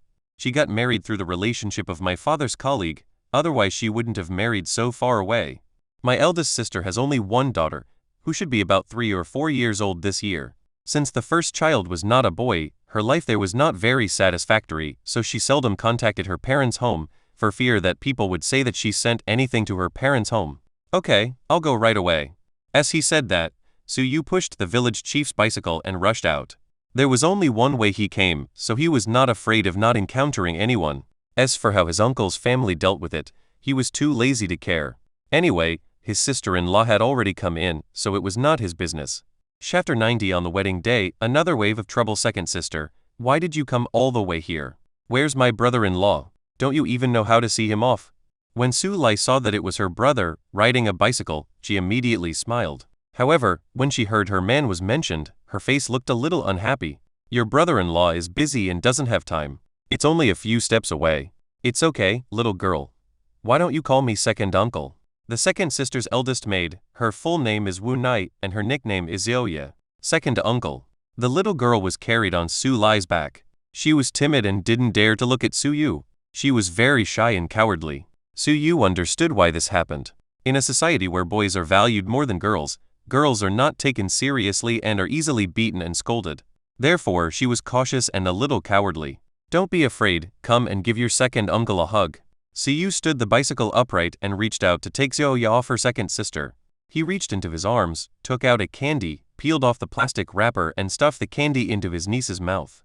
Girl, is it sweet? The little girl squinted her eyes when she ate candy for the first time. Sweet, so sweet, Mom, please eat it. As she was about to take the candy out of her mouth and give it to her mother, Su-yu hurriedly stopped her, then grabbed a handful from his pocket and handed it to the second sister, and then gave the girl 3 candies and put them in her shirt pocket. You can only eat 1 piece a day. Don't eat more than that. Otherwise, your teeth will get worms and your teeth will hurt. Do you understand? Su-yu touched the little girl's head lovingly. She was 4 years younger than his sister and so thin that one could feel her bones with one hand. The little girl nodded, very well behaved. Third brother, why did you give me candy? Take it back. My eldest brother is getting married today, so he must use it. You gave it all to me. How can I do anything? Second sister, take it. Our family is different now. I often go hunting in the mountains. If I can't eat it, I sell it in the city. Our life has improved a lot. We still have some candy we bought. You can keep it and give it to the girl. Second sister, you sit in the back of the car. I'll put the girl in the front and hold her with one hand. It's okay. After saying hello, Su-yu got on the bike and put the girl on the frame. In order to make the girl sit comfortably, he took off his coat and put it on the frame for the girl to sit on. The second sister tried to stop him, but Su-yu ignored her and told her to get in the car quickly. Then he held the girl with one hand and the car with the other and rushed out. This is on the way. The second sister went to Su-lai and did not ask in detail what was different about the third brother's family. Can hunting make money? In Su-lai's impression, hunters can only make a living, and a good hunter can only improve the living standards. What's the point of making money? If it were someone else, having some spare money would be a rare achievement, but since Su-yu has a cheat, it must be different. The brother and sister chatted and laughed. It took Su-yu 40 minutes to get back to Sanshui Bay, a distance of dozens of miles. This shows that Su-yu rides very fast. Although it is a dirt road, it is a public road with only potholes and a little bumps, but it does not hinder riding fast. Sister, this is $5. Remember to write it down when you check the account. Su-yu handed Su-lai $5, which made Su-lai's eyes red. Sister, don't be like this. I'm your brother. Don't I know what your family is like? Your mother-in-law will definitely not give you money, so don't be polite to me. Take it. It's for your eldest brother anyway. We're all family. It doesn't matter. Anyway, Su-yu didn't split up the family and his eldest brother's affairs were the family's affairs.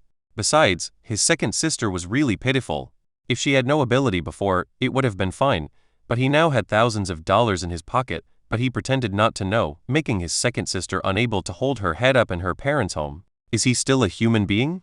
The second sister did not act pretentiously. She wiped away her tears and took the 5 yuan. Nowadays, when visiting relatives, 30 or 50 cents will be enough. People in the city may give 50 or 1 yuan as a gift, but in the countryside it is only a few cents, and for real relatives it is only 1 yuan. For siblings like Su Lai, it is understandable to give more, it all depends on the heart. Normally, a 3 yuan gift would be enough, which is equivalent to the time when villagers gave 20 yuan as a gift, but you ended up giving 300 yuan. Of course Su Yu would not give only 3 yuan. Since he wanted to make his second sister proud, he couldn't be too stingy. Su Yu carried Xiao Ye in, and the second sister went to register the money, which meant handing the gifts to the accountant and writing her name on them. Yaya, call me grandma. Su Yu took the maid directly into the kitchen. Going to pick up his second sister was instructed by his mother. When he came back to report, of course he had to tell his mother. Grandma. The girl was very well behaved. Although she was a little nervous and scared when she saw so many people at once, and she hugged Su Yu's neck tightly, she still timidly called out Grandma. Oh, my dear niece is back. Come, let Grandma get you some meat. So, the mother took a piece of pheasant leg from the pot and put it in a small bowl, then took another piece of chicken leg and put it in another bowl. She picked up Yaya and asked Su Yu to take the bowl into Su Jing's room. According to seniority, Yaya should call Su Jing aunt, but they were 8 years old and 4 years old respectively. So they each had a chicken leg and said, eat it. Not long after, the second sister came over to say hello to her mother, then went to see her father, the fourth sister, and the fifth sister Su Jing, and finally went to her eldest brother's room to see him and his wife. Although Su Lai is only 22 years old, she looks tired and lives like a woman of 27 or 28. Although she is called sister-in-law Lai Ziukin looks younger. Su Yu had nothing to do, so he had to help Hu Zai, Kaing Zai, Diong and others set the table. What's going on? Is Brother Yan worried? No, it's just that Grandpa and Grandma don't want to come. My dad and second uncle have tried to invite them, but it's probably not going to work. You said Grandpa and Grandma don't come and Uncle doesn't come either. Isn't this a joke? So it was about this. Su Yu didn't take it to heart at all. His uncle's family just knew that Su Yu helped analyze the situation and told Zhu Shaking the truth, so they glared at his family. If they knew that their son was arrested because of Su Yu's idea to the police, they would probably not only embarrass his family, but also send wreaths. If they don't want to come, then don't come. What's there to regret? I never had any illusions about my uncle's family. Family affection is just an excuse they use to exploit our family. Now that we've fallen out, it's normal for them not to come. Although what Su Yu said made sense, Su Daong still felt uncomfortable.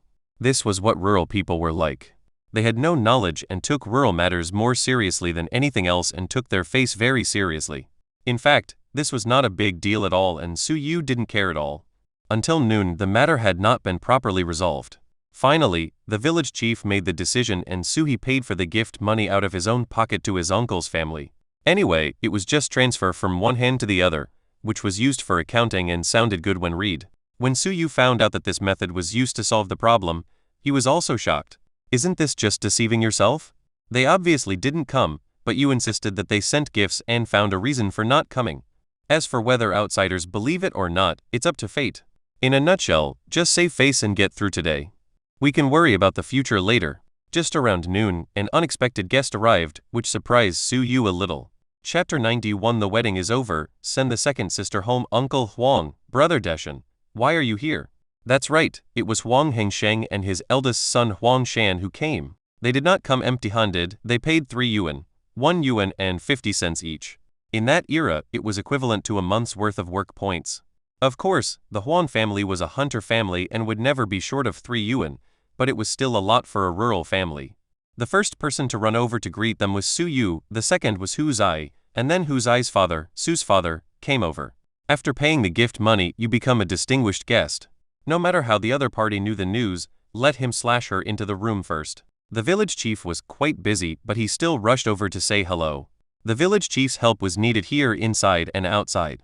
It was not that Su's father could not do it, but that this kind of matter had to be presided over by someone of high reputation in the courtyard. How could a family member do it personally? Su's father also had to accompany the distinguished guest, the village secretary of Lijiawa, who was both the matchmaker and the bride's family member. Only Su's father could accompany the guest to show his importance. Brother Huang, why did you come here in person? Just let the younger ones come. You came all the way here? If I had known earlier, I would have asked Su Yu to pick you up. While Father Su was speaking politely, Su Yu stayed far away because he had already guessed why Huang Hengsheng had come. Sure enough, Wang Hengsheng's next words verified Su Yu's guess. The old man Huang meant the same thing in his words. They are all family from now on, so there is no need to be so polite. This left Father Su in the dark, not knowing why, but he soon noticed Su Yu's evasive gaze as if he didn't dare to move forward. Father Su was not a fool, and he figured it out immediately. Su's father made up an excuse and went out. He dragged Su Yu into his younger sister's room and asked him to explain what happened. There was no other way. Su Yu had to briefly tell his son what happened that day and asked him what he was thinking. Su's father was very happy, patted him on the shoulder and left. Su's father sat back at the banquet.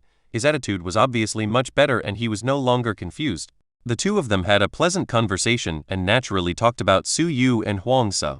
Those present were either the village chief or highly respected people in the village like Dr. Lai. It just so happened that Su's father also wanted to discuss something with the other party, so he just started talking. Huang Hengsheng didn't expect that at the wedding banquet of the Su family's eldest son, the head of the Su family would talk to him directly about the marriage of his third son. When he said this, the village chief, his third uncle, and Dr. Lai were all very surprised, as if they had not expected the two of them to get together. But no matter what, everyone followed Su's father's wishes. Old man Huang could not resist the enthusiasm of the Su family, and agreed after 3 drinks. However, Su Yu was not present at the scene and did not know about this. Not long after, the newlyweds were invited to worship heaven and earth. Su's father said goodbye, and Liu Yuzhai sat with him in the upper seat outside. Then the newlyweds knelt down to offer tea, changed their words, and the 2 elders gave them red envelopes. Then the gift list is read out, the newlyweds express their gratitude, and finally the couple bow to each other. The ceremony is over, firecrackers are set off, and the feast begins. In addition to celebrating, the firecrackers at noon also have another function of notifying the villagers who have received the gift money to come for dinner. There is no need to notify every household. When they hear the firecrackers at noon, they can just come to the feast. Next, Su Yu started to get busy. Even the 4th son, Su Jin, was conscripted. He was 14 or 15 years old and was enough to carry plates. Although there were not many dishes, there were many people, especially the table of distinguished guests in the north room. 6 dishes were the standard for good luck. Of course, not every family would do such a grand wedding, but it was Su Sheng's wedding and Su Yu's idea, and since he contributed the most effort and money, everyone just listened to him. In the evening, the newlyweds go to worship their ancestors. 2 people carry chickens, ducks, fish and meat to worship. When they come back, they will be stopped by the villagers, and then they will play all kinds of tricks on them, such as asking the newlyweds to perform shows or smearing soda on the groom's face. In short, they played and had fun until 6 or 7 o'clock, then they stopped. 6 or 7 o'clock was not considered early at this time. After all, there were not many entertainment activities in the countryside, and many people went to bed at 7 o'clock.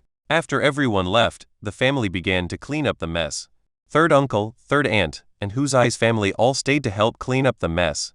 They put the leftovers in the basket together and divided them up, giving some to third uncle's family, Huzai's family, and the village chief's family. Jieyuo is leftover food, commonly known as jieyuo.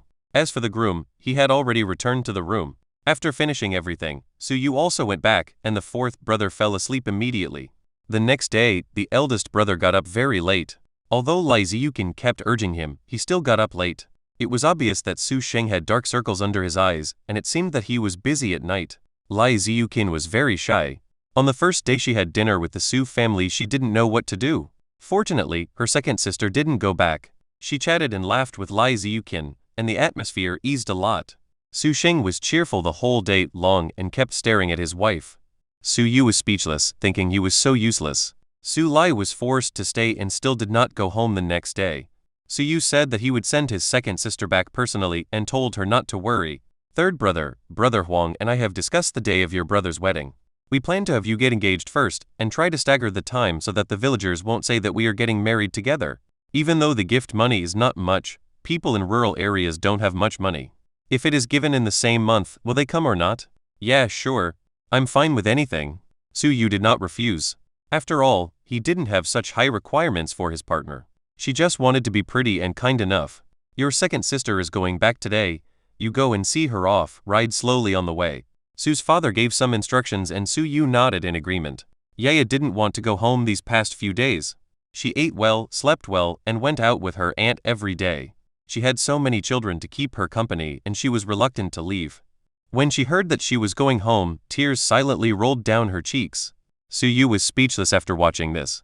This girl was so dramatic. Just like her aunt, she loved to steal the spotlight. Second sister, let the girl stay for a few days. When she gets homesick, I'll send her back. Nowadays, there are many people who grew up in their grandmother's house.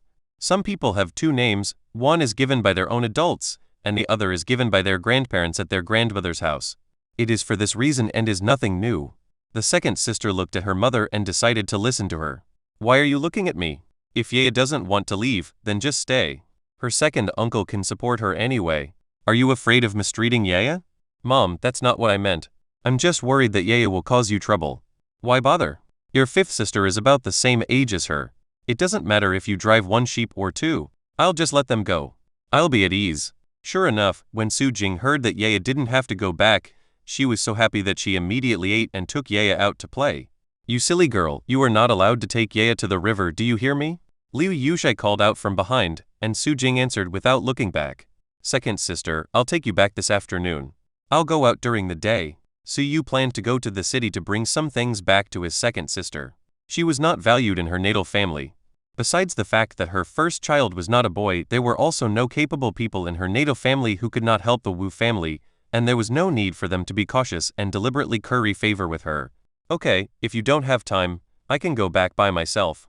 Su Yu naturally would not let his second sister go back alone. He immediately comforted her and then got up and left. The second sister needed to take the new bride to acquaint the families, which simply meant taking Lai Ziyukin to visit several major families within the 5 degrees of mourning one by one. When entering the family, they would change their names and people would give them a dime as a fee for changing their names, also called a red envelope. Normally, the sister-in-law should take the bride to the families, but Su Bin had already entered the family and was not married, so only the sister-in-law could take the bride. Chapter 92 The Trouble at Second Sister's Home. Su Yu rushed into the city and went straight to the grain bureau. He had the ticket in his hand and was not in a hurry. Soon he came out carrying 100 kilograms of coarse grains, which was enough for a family of 3 for a month. They were not full, but they would definitely not go hungry. He then went to the supply and marketing cooperative and asked for 3 feet of cloth to make clothes for his eldest sister. He then went to the mall to buy shoes. His eldest sister's shoes were easy to buy, but Yaya's needed to be bought at the store, and children's ready-made clothes were only available at stores. After entering the store, he bought his own watch and spent more than 200 yuan. Su Yu didn't feel bad at all. If it were someone else, he would definitely be heartbroken. Su Yu bought 100 kilograms of coarse grains, 3 feet of cloth, and his second sister's clothes and pants, which he bought from a thrift store, as well as canvas shoes. Su Yu was afraid that his second sister would not be willing to make one for him if he gave her the cloth, so he simply bought a ready-made one. Although it was second-hand, it looked very new. What was left were some pastries, which were left for Yaya to eat. She didn't need to take them back. Su Yu came back before noon. Old third, where have you been? Why are you acting like a thief? As soon as he entered the door, his eldest brother discovered him. He was sneaking around. He brought 100 kilograms of coarse grains into the house, fearing that he would be discovered by the villagers. Although his home was at the entrance of the village, he was still afraid of encountering sharp eyes. Nothing. I bought some food for my second sister. Look at my second sister and Yaya. They are both very thin. I can't just watch my second sister become so thin and do nothing, can I? If Su Sheng talks about the deepest brotherly love, it must be with Su Lai. After all, although Su Jing is also his biological sister, the fifth child is still a little kid and can never compare to Su Jing. In a sense, the one who makes him feel like an older brother is none other than Su Lai. After all, Su Lai is the second child in the family and was born earlier than the third child, so naturally they have a very good relationship. Well, that's good. Third brother, you've grown up. But didn't we just buy some food from the black market and bring it home? Where did you get it from? After all, there is no black market during the day and 100 kilograms is not a small amount. The coarse grain coupons I bought on the black market that day were safe and legal, and they came with a note from the grain bureau. After all, it was only 100 kilograms of grain, and he didn't want to cause trouble for his second sister, so of course he had to go through formal channels. At noon, while everyone in the village was eating at home, Su Yu took his second sister out of the village. Su Lai was eating fried cakes and green onions on the back of the bicycle. These were bought by Su Yu at a stall when he passed by on his way back. Third brother, you should eat something too. I'll feed you. Su Lai handed over the scallion pancake from behind, but Su Yu refused to eat it. Sister, I've eaten in the city. I'm not hungry. You can eat. Su Lai was very happy. Her brother gave her many good things this time. Not to mention the 3 feet of cloth, there were also 100 kilograms of coarse grains placed on the front beam, 20 kilograms of sika deer meat, and a set of clothes and new shoes for her. Her daughter also had a share. How could she not be excited? If she went back, wouldn't people be envious? She was happy that her brother had become capable, and she was happy from the bottom of her heart. Moreover, her brother took her bicycle, which was from her mother's family. Now he has a bicycle. This is such a grand occasion that I am afraid there may not be a second person like him in the whole Wujia town. You may find someone richer than her brothers, but you won't find someone who helps his own sister like this. What is this? Helping one's own sister is unique in Wujia town, and Su Lai dares to say so. It didn't take long, just over 50 miles, and in less than 2 hours, we arrived. I'll go open the door. You can stay at the third brother's house for a while before going back. If it weren't afternoon, I would have asked you to have lunch before leaving. No need, sister. Just open the door. I'll push the cart in and move the food to your room. Su Yu quickly agreed and opened the door in a hurry. Su Lai, you still remember to come back? You don't want to go back to your parents' home, right? You've been away from home for several days. Are you still going to do the housework? Just as he was about to speak, he saw a young man of about 1.8 meters tall walking in from the gate with a sullen face. Su Yu couldn't believe that his sister was so unwelcome in her husband's family. She was scolded after returning to her parents' home for a few days. Did they think that there was no one in her family? Oh, mother, this is my brother from my mother's side, the third brother, and this is my mother-in-law, whom you met when you were a child. Of course Su Yu had seen this before. If he hadn't known that this old woman was his sister's mother-in-law, he would have kicked her long ago. When he went to pick up his second sister to go back to her parents' home, Su Yu asked, "Why didn't your brother-in-law come to see you off? Did he let you run here?" He saw the loneliness in his second sister's eyes at that time, but adhering to the principle that every family has its own problems, he did not ask more questions. After all, it is easy for you to pick a fight and take on too much responsibility. It is nothing more than 2 more mouths to feed. But what about Yaya? She will be without a father. What is good for them? What you think may not be correct. Do you want the second sister to be a widow? How can she find a good man with a child? Unless Su Yu becomes a factory director or a higher-ranking official, someone might be willing to marry her second sister to curry favor with him. Otherwise, who would be willing to marry you with a baby girl? After all, marrying a wife at this time does not require a heavy gift. You can marry one with a few months of work points. People choose your family background and character. Why would they marry a girl with a baby if the gift is as expensive as a flower? It was precisely because he knew all this that he did not ask any more questions, because he could not control it. Not only would it be troublesome later, but if he made decisions for his sister, it might not be correct. Only the feet know whether the shoes fit or not. But not wanting to interfere doesn't mean you can just watch your own sister being bullied. Oh, so it's your brother from your mother's side who is here? The old woman saw the things on Su Yu's bicycle at a glance, and her eyes lit up immediately. That's right, she saw the meat at a glance, more than 10 pounds of meat, plus the bag in front of the bicycle. Although she didn't know who it belonged to, it must be good stuff. Moreover, she saw clearly what Su Lai was holding, it was cloth. In addition, Su Lai changed her clothes and her shoes were new. She knew instantly that this was given by Su Lai's brother. His attitude improved a lot immediately. Su Yu nodded without saying much. He didn't want to embarrass his sister and mother-in-law right away, as that would seem aggressive. But if this old thing didn't know what to do, he didn't mind getting mad and making a big scene. Second brother, come out quickly, your sister-in-law and her brother are here. Come and help carry the things. My goodness, are you planning to just get started right away? No, I can do it myself. As Su Yu spoke, he lifted up 100 kilograms of coarse grains with one hand, and carried the meat and cakes into the house with the other hand. Su Yu bought 2 portions of the cakes, one for Yaya and his younger sister Su Jing to eat at his home, and the other for his sister's home. A young woman came out from another room. Her appearance was in stark contrast to that of her second sister. She was young, plump, and better dressed than Su Lai before. Her face was shiny and greasy, and it was obvious that she did not work much. Su Yu ignored him and walked into the room with anger suppressed. Su Lai had already pointed out the room that belonged to her. Her mother-in-law wanted Su Yu to carry the food into the kitchen, but Su Yu ignored her. Su Lai was very embarrassed. Perhaps she was used to it and felt a little ashamed. Her mother-in-law snorted coldly and was about to say something sarcastic when Su Yu's voice came. Sister, come in, where is your toilet? Although Su Yu didn't eat, he drank some water when he got home, as he had been holding it in all the way. When she heard her brother calling her, she didn't care about her mother-in-law's expression and went into the house immediately. The second daughter-in-law of the Wu family curled her lips and took her mother-in-law and her son into another room. Chapter 93. Furious, shock, and fight. Although Su Yu was indeed holding his urine, another reason for calling his second sister in was to prevent her from being outside and seeing her mother-in-law's dead face. The toilet is outside. Come on, I'll take you there.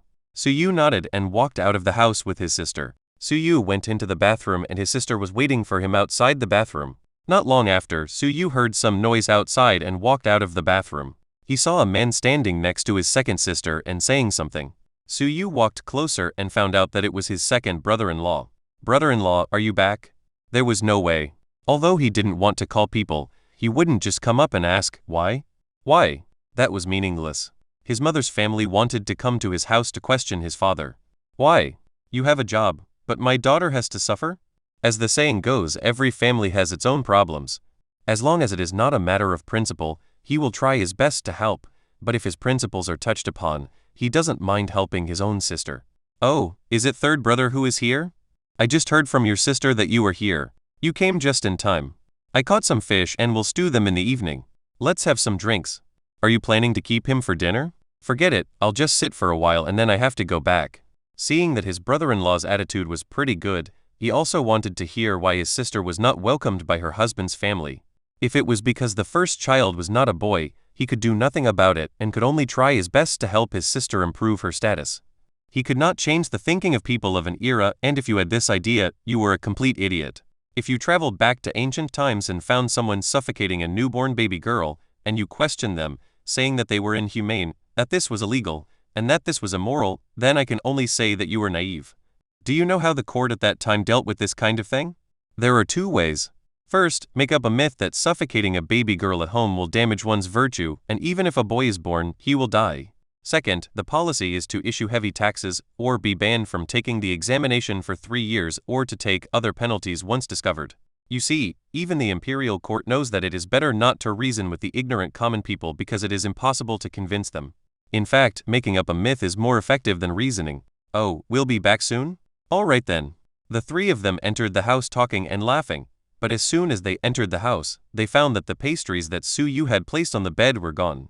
When Su Yu walked out of the room, he saw the second child of the Wu family eating cakes, and the child's mother was watching. Su Yu's anger suddenly rose. Su Yu's brother-in-law was still wondering why Su Yu ran out just after entering the house. Before he could ask him why he went out, he saw Su Yu striding towards his nephew and punching him. The little kid, who was only 5 or 6 years old, got slapped on the back of his head and immediately started crying. The second son's child is a few years older than his sister's child, which means that the eldest son is not married, but the second son is married, which shows obvious favoritism. This scene was not only seen by Su Yu's brother-in-law but also by his second sister. However, unlike his brother-in-law, he had no idea about the situation. But when his sister saw the pastries eaten by the naughty kid from the second brother's family, she understood. Brother from her mother's family, what do you mean? Why are you hitting my kid? Su Yu snatched the bag of pastries. There was only one bag, but he bought 2. Why did you hit him? What did you say? How come the cakes I bought are in his hands? Where is the other bag? Where did you put it? Su Yu turned around. He was 1.85 meters tall. Although Su Yu was not very burly, he had a murderous aura. After all, he was a man who had fought with a tiger. If he didn't have some ruthlessness, his calves would have cramped long ago. He looked over with such sharp eyes and ferocious expression that the second son's wife of the Wu family was immediately frightened. At this time, Su Yu's brother-in-law and his sister came over. Old 3, what are you doing? Don't do it. When he came over, his brother-in-law had heard it clearly, so he didn't say anything. It was Su Yu's sister who spoke instead. When she saw the eldest son and his wife coming out, the second son's wife was no longer afraid and her face changed immediately. Oh, you are bullying me. You hit a child? What does he know? He just ate a few of your cakes. Is it that serious? Su Yu threw half a bag of pastries to his second sister without saying anything, and strode towards the second wife of the Wu family. Third brother, don't be impulsive. At this time his brother-in-law had to step forward. Although he felt that his nephew was indeed embarrassing just now, and it was all because of his mother's spoiling, it would be okay to slap him a few times. But if he hit the second son's wife, that would be a different matter. But Su Yu didn't give him any chance to get close. Su Yu ran over as fast as the wind, grabbed the man's neck with one hand, and lifted him up with force. The second daughter-in-law of the Wu family, who weighed about 100 pounds, was like a chicken and as light as a feather in Su Yu's hands. However, the noise outside still alarmed the old lady of the Wu family in the room. When she went out, she saw her grandson sitting on the ground crying, and the second son's wife was held by the neck with one hand by the brother of the eldest son's wife. "Hey, Su Lai's brother, what are you doing? Put down the second brother's family quickly, what are you doing?" The second son's family had been strangled to the point of being unable to breathe, and their faces were flushed red. His eldest sister hurried over to pull him, and his brother-in-law was also trying to pry his hands apart. But how could his brother-in-law be able to shake Su Yu's strength? After a long time of effort, it was completely ineffective. "Let me ask you, where is the other bag of cakes? If you don't take it out, I will strangle you to death today. Do you think I dare to do it?" Su Yu looked at her coldly with ferocious eyes. The other party had been holding her breath for 30 seconds and could die at any time, but Su Yu had no intention of letting go. What he meant was that if you don't take it out, I will kill you. "Old second's cakes, where did you put them?" The eldest brother, who couldn't pry the other's hand open, hurriedly reminded the other party. His mother also heard it and immediately said, I know, I'll get it right away, let her go, she's dying. Go ahead, bring it to me and I'll let him go." Su Yu loosened his grip slightly but naturally held the other person. "Old Mrs. Wu hurried into the room and took out the pastry soon. Put it in my sister's room and put it back the same way you took it out." Su Yu's sister was also wiping tears in anxiety. If she accidentally strangled the other person to death, wouldn't her brother be doomed as well? But Su Lai didn't know that people who fainted from being strangled, or people who suffocated from hanging, could be saved if they were rescued immediately. The probability was about 50%, which varied from person to person. Besides, Su Yu was not stupid. Didn't he know how to control his strength? Okay, I'll send it over right away. The old lady of the Wu family stumbled into Su Lai's room. When she returned, Su Yu had already let go of the other person. The second daughter-in-law of the Wu family was sitting on the ground with tears and snot running, breathing heavily. She almost died. As luck would have it, the second son of the Wu family came back at this time. When Wu's second son's wife saw her husband, she felt like she saw a savior and burst into tears. "You're finally back. I was almost strangled to death." Chapter 94. The villagers of the Wu family give their opinions. An old man Wu considers the overall situation. The second son of the Wu family and the old man of the Wu family are back. It turns out they went fishing. Are all the men of the Wu family coming out together? However, Wu Layar saw his wife sitting on the ground crying with snot and tears, pointing at Su Yu and denouncing his crimes. "Brother, what's going on? Your brother-in-law bullies my wife and you just watch? Am I your real brother, or is he? What the hell are you talking about? You don't even ask what's going on, but you just come up and question me, right? Is that how you talk to your eldest brother? Don't you have respect for the Wu family?" Su Yu was tall and strong. Both the eldest and second oldest Wu were a head shorter than him, only about 1.75 meters tall, and lacked much aura. The old man of the Wu family did not say anything and just watched quietly from the side. This made Su Yu unsure of the other party's character, but he was not afraid of anything. "You touched my wife and you were so mean to me? I think you deserve to be punished." Relying on the fact that this is the Wu family, Wu Laoer was used to being arrogant. After he finished speaking, he wanted to rush over and attack. Su Yu was not the type to spoil his children. He raised his leg and kicked Wu Laoer, who was kicked 3 meters away. He held his stomach and couldn't get up. Seeing his son being beaten, old man Wu became anxious and was about to come over to fight Su Yu, but was stopped by Su Yu's brother-in-law. Old Mrs. Wu and the second daughter-in-law of the Wu family wanted to take action, but Su Yu turned around and gave them a cold look, which immediately scared them. The eldest brother hurriedly explained what had happened, for he was afraid that his father would also go up and get beaten. Just kidding, he just spent a long time trying but couldn't pry the other person's hand open, and his father could still get away with it. Okay, old family, is your brother here to help you? What's the matter? Did the Wu family mistreat you? Are you here to help with your brother? Old man Wu did not fire at Su Yu, but instead turned the gun around and shot at his own sister. At this time, because the noise was too loud, the gate was full of people standing outside, and they all heard the old man Wu's questioning. For a moment, the discussion was noisy and unclear. "Uncle Wu, don't try to be so rude. Since you want to ask me if I want to stand up for my sister, I want to ask you, are you reasonable? If you are not reasonable, I will take my sister back without saying anything. If you are reasonable, I want everyone to judge for me." Su Yu went back to his sister's room. Not long after, he came out carrying 100 kilograms of coarse grains and 20 kilograms of sika deer meat. "Fellow villagers, if we don't argue, we won't understand. Let's talk about what we have to say. Please judge for ourselves. My eldest brother got married and my sister went back for 2 days. When she came back, she heard her mother-in-law scolding her, saying that my sister didn't come back to work. What's wrong? Did your mother-in-law make my sister do all the work? Your second son's wife is so fat and white, doesn't she know how to work? Look at my sister, then look at the second son's wife. How old are they? How long has my sister been married? A young girl, who has been in your Wu family for less than a few years, has been ruined into a middle-aged woman. It's not unreasonable for rural women to work harder. But what about the second daughter's family? Did she drink the nectar of the queen mother or eat an elixir? Why doesn't she have calluses on her hands? Back to the point. I saw that my sister was overworked and had lost a lot of weight, so I brought a month's worth of food from the grain bureau back home for her. This is the approval slip from the grain bureau. Everyone take a look. Is it from today? I am a hunter. This is the Sika deer I shot. I took 20 kilograms of it to give to my sister to nourish her body. What do you think of me as a brother? I bought her clothes, shoes, cloth, and cakes. Don't you think I am a good brother? But I went out to relieve myself, and when I came back I found that the cakes I bought for my sister were gone. I finally discovered that the naughty kid from my second son's family had taken them and eaten them. You said that the child was ignorant and ate them, but the second son's family was standing at the door and watching. Can you tell me whether it was the child who was ignorant or the adult who was ignorant? I can't stand this wretch, so I went up and slapped the naughty kid on the back of his head. Do you think I should hit him? Can I hit him? As soon as he said this, his neighbors were envious, and when they heard Su Yu's questioning, the crowd whispered. At this time, someone in the crowd shouted, "Good fight." But when everyone looked back, they didn't see who said it. At this time, the second child's daughter still had the nerve to question me why I beat her son. Grandma, I bought 2 bags and the naughty kid took 1 bag. Where was the other bag? I grabbed the second child's daughter's neck and picked her up to question her. Guess what happened? My other bag of cakes was in their room. Uncle Wu, didn't you ask me if I should stand up for my sister? Then ask the villagers of your Wu family, should I, as a brother, stand up for her? Can I stand up for her?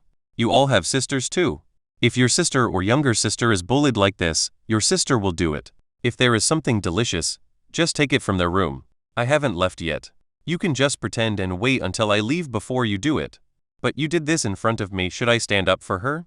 What do you think, Wu family? Should I? So you asked twice and finally someone spoke. It's my fault. If my sister was treated harshly like this, I would give her a slap in the face. As soon as someone spoke up, others immediately followed suit, accusing the second family of being dishonest. It's so obvious. It's no use trying to push the blame on the child. This is clearly bullying an honest person. Uncle Wu, I have finished my questions. You, the old and young masters of the Wu family, said that I should step forward. Now it's your turn. Do you think I should step forward? Old man Wu's mouth twitched. He thought, you have already set the mood. What else can he say? Especially the 100 kilograms of cornmeal and 20 kilograms of venison. It was a big deal. No other family could do that. If he still insisted on harping on the treatment of his family, it would be a bit too much. You're talking nonsense. That was a child who didn't know better. Why did you hit my wife?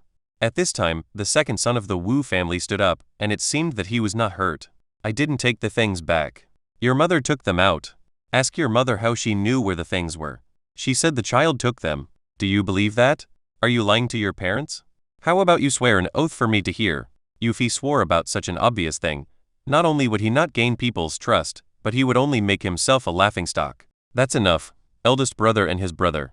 We, the Wu family, didn't understand this matter clearly. It was the second brother's family that was wrong first. I apologize to you. If you are a big man and don't bear grudges, then don't bother with these 2 bears. When Su Yu heard this, he thought it was brilliant. It would be difficult for Su Yu to continue to press on with his victory. No matter what, old man Wu was the elder of the family.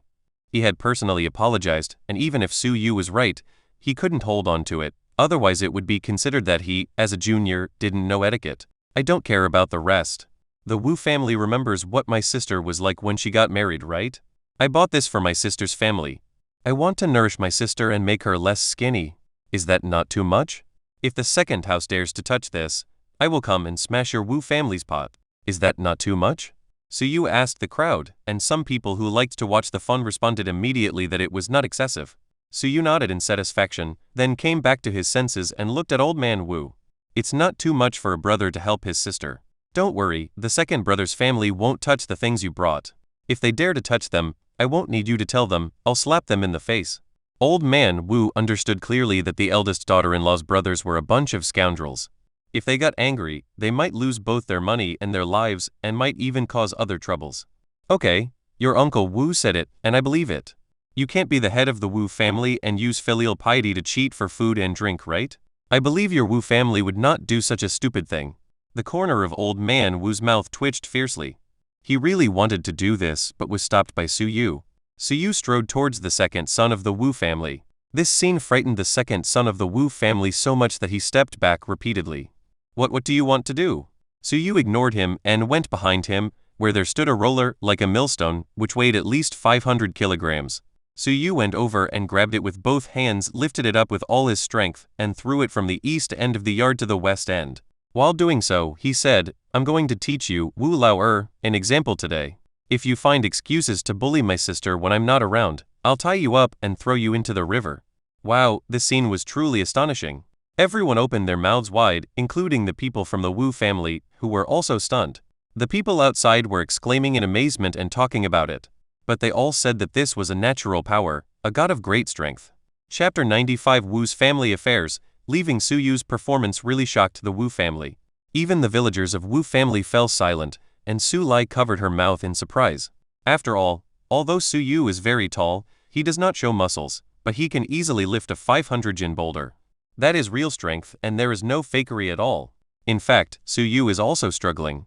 Two people can barely lift this thing, and they just put it down half an inch from the ground. But Su Yu has 27 points of strength, which is nearly 3 times the strength of a young and middle-aged man. You must know that this is not as simple as the strength of 3 people. If it is put on one person, then 1 plus 1 is greater than 2. Although it was strenuous, Su Yu still forced himself to throw it out. This trick really worked. The second son of the Wu family, who had just wanted to continue shouting, shut his mouth obediently. He no longer cried out in pain even when he was holding his stomach. The second son's wife even hid behind her mother-in-law and dared not show her head. If I knew that all the housework was left to my sister, I would let your Wu family know what regret is. Do you understand? Su Yu faced the second son of the Wu family directly. At this time, the second son of the Wu family was almost scared to tears. How could he dare to neglect him? He nodded repeatedly and made assurances. Only then did Su Yu give up. Su Yu lifted 100 pounds of flour with one hand and put it on her shoulder, picked up the venison, and walked towards her sister's room. Let's go, sister, go back. Su Lai nodded and followed her brothers in small steps. The eldest brother also followed closely behind, not daring to be negligent. He left, but the villagers of Wujia were in an uproar. I believe the news would spread throughout Wujia town within an hour. Wujia town is both a town and a village.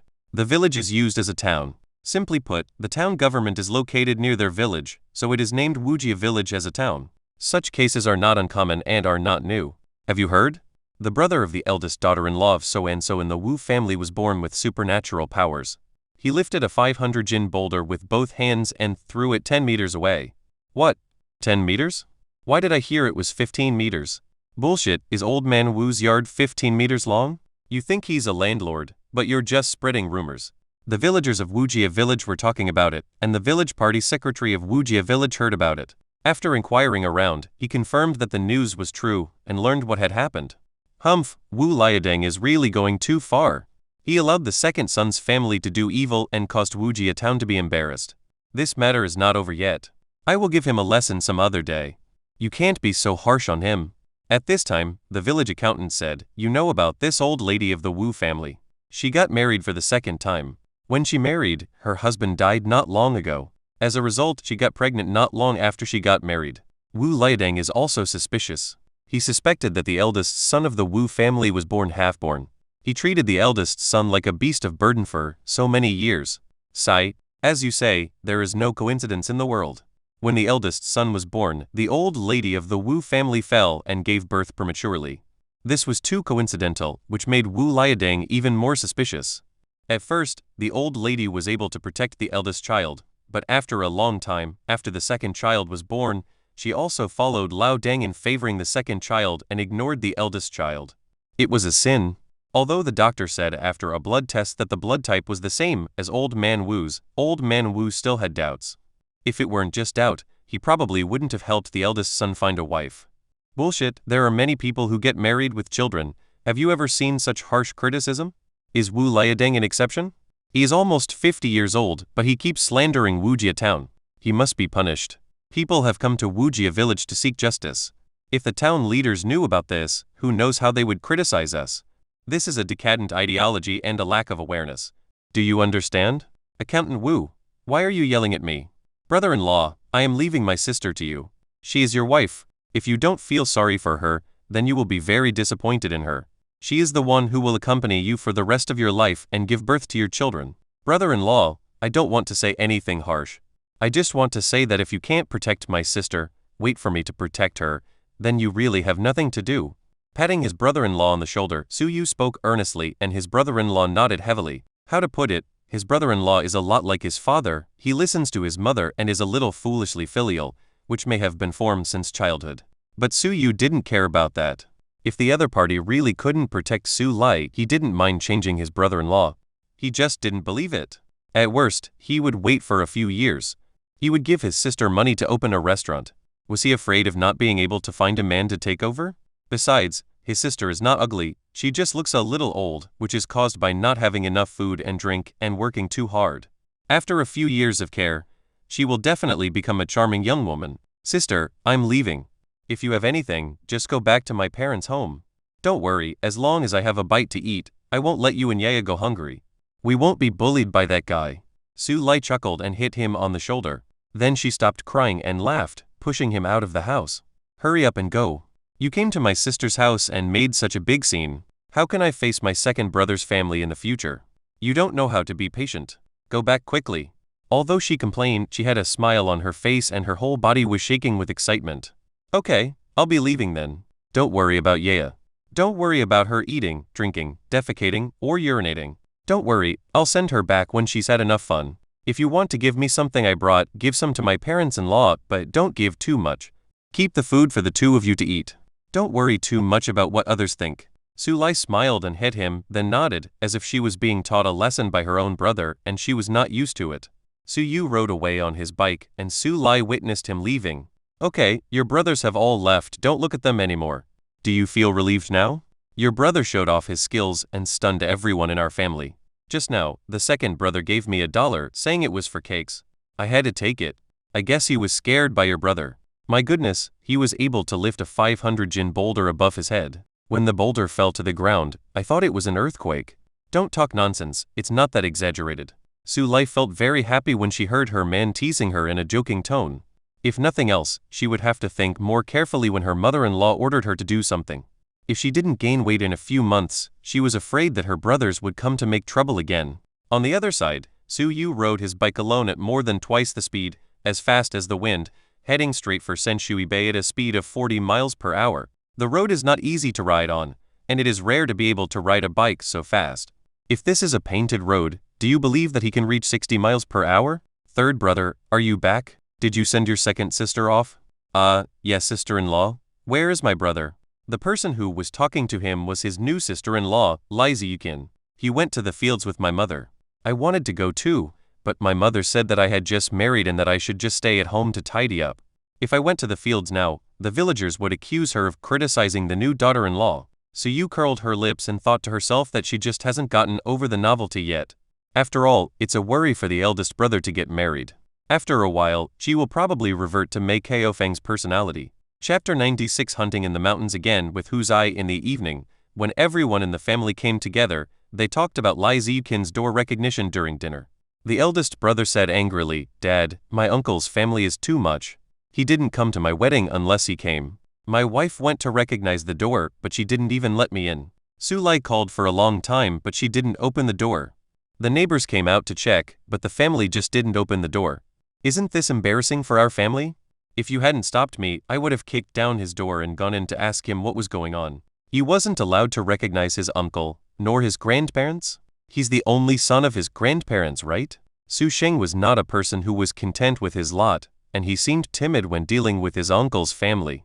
There was nothing he could do about it. Who made him have such a father?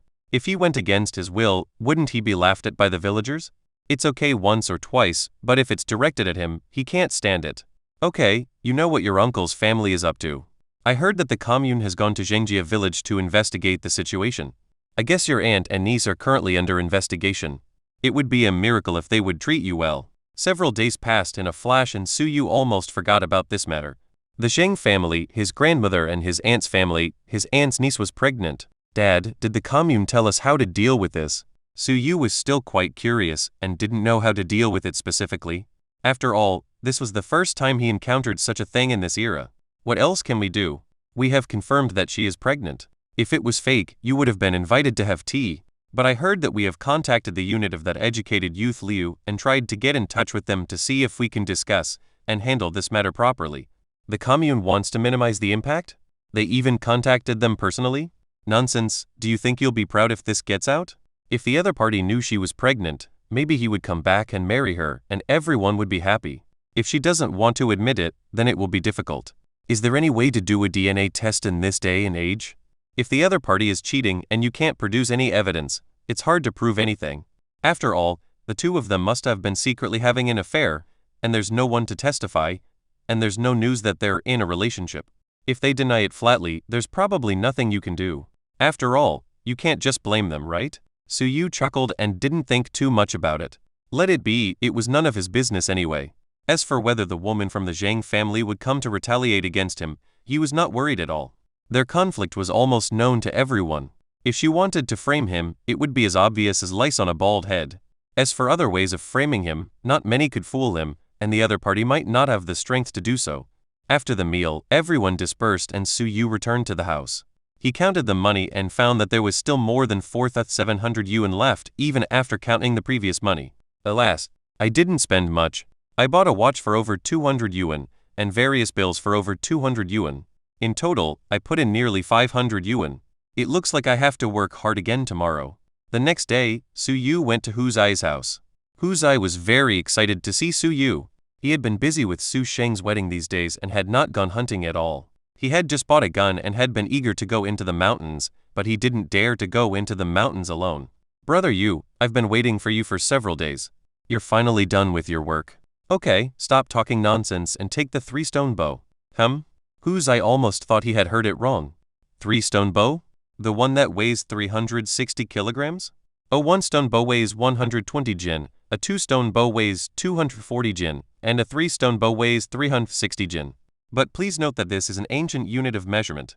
360 jin in ancient times is only 108 jin in modern times. I have said before that even if you can lift a 200-pound rock, you may not be able to pull a 3-pound bow, because these are two different things. Just like even if you are as strong as an ox, you may not be able to do more pull-ups than others. It's the same principle. The parts of the body that are exercised are different, and the force applied is also different. Being as strong as an ox has certain advantages, but it does not mean that you can use a 3-stone bow. A weightlifter can lift 200 kilograms of objects, but you ask him to use a 3-stone bow? You see, even if he pulls the bow wide, he still can't shoot accurately. The posture is wrong because the force is different. Su Yu was in this situation before. He barely had enough strength before. It's not that he couldn't use the 3-stone bow, but it's not as smooth as the 2-stone bow. He could shoot 2 to 3 arrows in an instant, but if he switched to the 3-stone bow, he might get injured because his strength was not enough to crush his opponent. But Su Yu is different now. His strength has reached 27 points. Although it doesn't seem like a lot, the higher it is, the more its value can be reflected. In fact, at 27 points, he can lift a 500 jin roller, but that is different from drawing a bow. Simply put, Su Yu's strength is not gained by archery, but by other skills, just like the strength you gain from lifting weights. Do you know how to exert force? Is the muscle that exerts force enough to support you in lifting? Su Yu did have the skills. After all, his archery had reached level 9, but his strength was not gained by his archery skills. The muscles required to draw a bow were not enough to control the 3-stone bow so smoothly. He now used the 3-stone bow relying entirely on his strength and skills, slowly honing the tendons and muscles required for archery. No, that's my family's treasure. If my grandfather finds out, he will definitely beat me up. Coward, forget it, let's just go with 2 crossbows. He originally wanted to practice the 3-stone bow, but Hu Zai disagreed and he didn't force him. Soon Hu Zai took out the 2-stone bow he had used before and gave it to Su Yu. He carried a gun, and in fact Su Yu was also carrying a gun. The reason why Su Yu brought a bow and arrow was that he didn't want to waste bullets when shooting small animals. Anyway, this time was not as urgent as last time, so he could take his time. Let's go and try to return with a full load before dark. Before dark? We won't be back at noon? Nonsense, I have barbecue seasoning in my package. With fire and salt, we can find an open area and roast the prey. Just bring water and a dagger. When he heard that they would have a barbecue outdoors, Huzai became even more excited. Okay, wait for me. I'll go get the kettle. Brother Yu, do you want to bring some wine? Suyu gave him a strange look. You want to eat barbecue and drink at the same time? You are not the landlord. Why do you enjoy it so much? It's dangerous in the mountains. You can't drink alcohol. It's not winter yet. Why drink alcohol? Go and drink some water. Huzai scratched his head and immediately went to get some water. He came back soon, and the two of them strode towards the forest. Brother Yu, how are we going to fight this time? Are we going to fight separately as well? Even though Huzai doesn't dare to go into the mountains alone, he has nothing to fear as long as Brother Yu is with him. Forget it, there's no rush this time. Let's go together. If anything happens to you, I won't be able to save you. You better stay with me. Chapter 97 Redivision of Prey Distribution. Habitual thinking almost misleads people. Host, Suyu, age 19, physical fitness 18, strength 27, speed 20, endurance 22, skills, fishing IV 3, archery IV 9, tracking IV 7, dog training IV 1, fighting IV 4, butchering IV 17, rock climbing IV 7, marksmanship IV 8, carpentry IV 5, Parker IV 7. Skill points 0. While Suyu and Huzai were walking in the forest, Suyu opened the system panel and checked the information. All his skills had been added to Parker. He had hardly gained any skill points in the past few days, so this time he could give it a try. The two of them were standing on the left and the right, about 10 meters apart. They were not separating on purpose, but were afraid that if they were too close, the noise would be too loud and scare the animals away.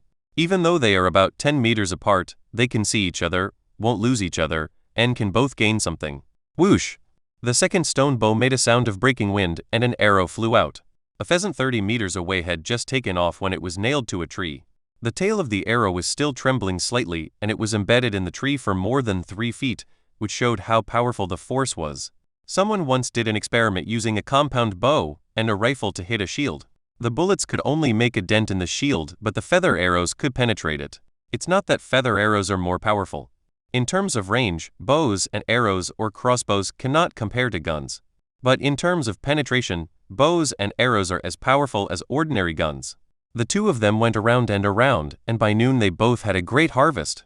Brother Yu, you hunt more and I hunt less. I don't think I can always take advantage of you. Besides, if you give me 1/3, the price of the prey I hunt myself will not be much different. But if you kill another big insect, then I will take advantage of you again. So I think we should let whoever kills the prey keep it. This way it will be fair to you. Huzai had just bought a gun and was not very good at it, so the money he earned from selling the prey he killed was almost the same as the money he shared with Huzai. But after Huzai became more skilled, it was not him who took advantage of him, but he who took advantage of Huzai. But Huzai had also said that if he killed the big tiger, it would be painful to give Huzai 1/3 of the spoils. Besides, it was not impossible for Huzai to kill the big tiger alone. Yuzi, did Uncle Ruhai say something? Huzai didn't have such a shady mind, so he guessed that it must be Huzai's father who said something. Hey, I can't hide anything from you. My dad knew about me buying a gun. He wanted to borrow money to pay you back, but I stopped him. I said I could earn money to pay you back. My father said that you followed Suyu to hunt, and Suyu gave you a share because he took care of you. What's the point of paying him back with the money he gave you? I think what my father said makes sense. I can't always take advantage of you. Now that I have a gun, I want to sell the prey I hunt and pay you back. Suyu was speechless. That's what he said. How could Huzai say this to him just because of trivial matters or because of unequal distribution? What's more, he had just bought Huzai's gun with his own money. It turned out that he was planning to pay him back and didn't want to rely on himself. Yuzi, don't feel pressured. I told you, if you really want to return the rifle I gave you, I'll keep it. Don't put too much pressure on yourself and take risks. If something happens to you, I won't have you as my good brother anymore. Brother Yu, don't worry. I won't be impulsive and I won't take risks alone in Shilippo. I know my own limitations. The two brothers talked about the topic openly. It was fine. If they couldn't talk it out, people would think that Huzai felt that he wanted to go it alone now that he had a gun. It was better this way. The two of them went into the mountains together and hunted separately. Whoever caught the game kept it. They knew each other and took care of each other, and there would be no conflicts over distribution. Suyu felt that Huzai's father was right. How many brothers had conflicts and separated because of unequal distribution of benefits? He may not care once or twice, but what about over time? What if he gets married and has children? Will his thoughts still be the same as now? If one person is full, will the whole family not be hungry? Now he doesn't need to pay money to the family, he just needs to take care of himself and take care of his family. But if he really has a family, his thoughts may not change. It's good to make it clear now. Okay, you can think it through. I'll guide you first. When your shooting skills improve, we can go into the mountains separately in the future. This way, one person will not be in an awkward situation where the other has no prey to hunt because of a shooting. If two people both shoot with guns, it will make such a loud noise that as long as someone shoots, all the animals within 100 meters will run away, even the large animals will be scared away. Only by separating, one on the left and one on the right, and driving the prey to the middle can the two of them maximize their interests. Otherwise, if they hunt in the west, the animals will run in other directions and they will then be in the embarrassing situation of not being able to find prey. Brother, you won't be mad at me, will you? Actually, I don't want to fight with you separately. After all, I don't care how much I fight, as long as I have enough to eat. But my dad insisted that I pay you back, saying that 500 yuan is too much. We have a good relationship so we don't care, but your family may not care. You haven't separated yet and your brother just got married. If they knew that you gave so much money to outsiders, I'm afraid your family would have other ideas and make things difficult for you. Is Uncle Ru Hai afraid that Su Sheng's wife will not agree? After all, no matter how close Hu Zai is, he is still an outsider. Before the family is divided, the money he earns should be given to his parents, and then the two brothers will share it when the family is divided. Although his family had not suffered any setbacks, money could still be a temptation. What if something unexpected happened? After all, wasn't Su Yu's father unhappy with his own elder brother because of profit? Su Ruhei, Hu Zai's father, was afraid that Su Yu would be embarrassed. After all, there is no wall that is impenetrable. He could hide the fact that he bought a gun for Hu Zai for a while, but not forever. Hu Zai's father was afraid that he and Hu Zai would end up having an unpleasant argument because of this matter, so he made things clear in advance.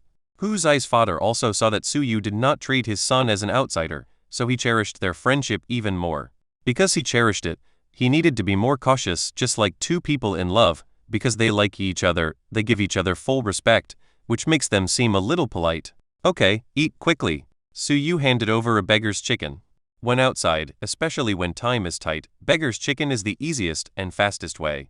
Like the roasted chicken in TV dramas, sorry, you can't eat it cooked without 2 hours. Either it is burnt because it is too close to the roasted chicken, or it is not cooked at all. If you want to roast it just right, you need to take your time. It is not cost-effective in terms of time. It is better to make a beggar's chicken simply by smearing it with mud and roasting it in the fire. Su Yu has the thinking of the 20th century. He is used to it and has never given it much thought.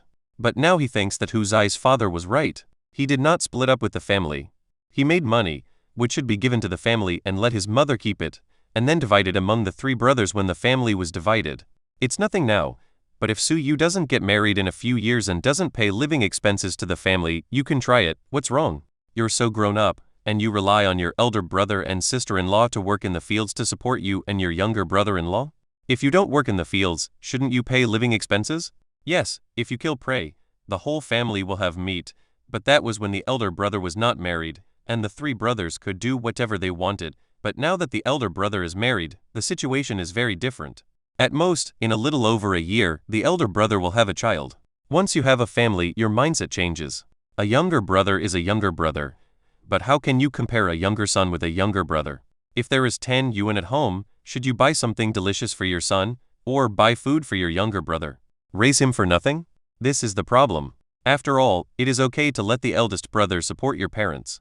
The 4th child, Su Jin, is young, so there is no problem, but Su Yu is not young anymore. Is he always eating for free? He doesn't work in the fields and only improves the family's food every now and then? You say it's okay if he has no ability, but if he doesn't give the money to his family, but gives it to outsiders instead, just try it, even the closest brothers will have conflicts. Su Yu woke up at this time. Habitual thinking is killing him. He forgot what era this was.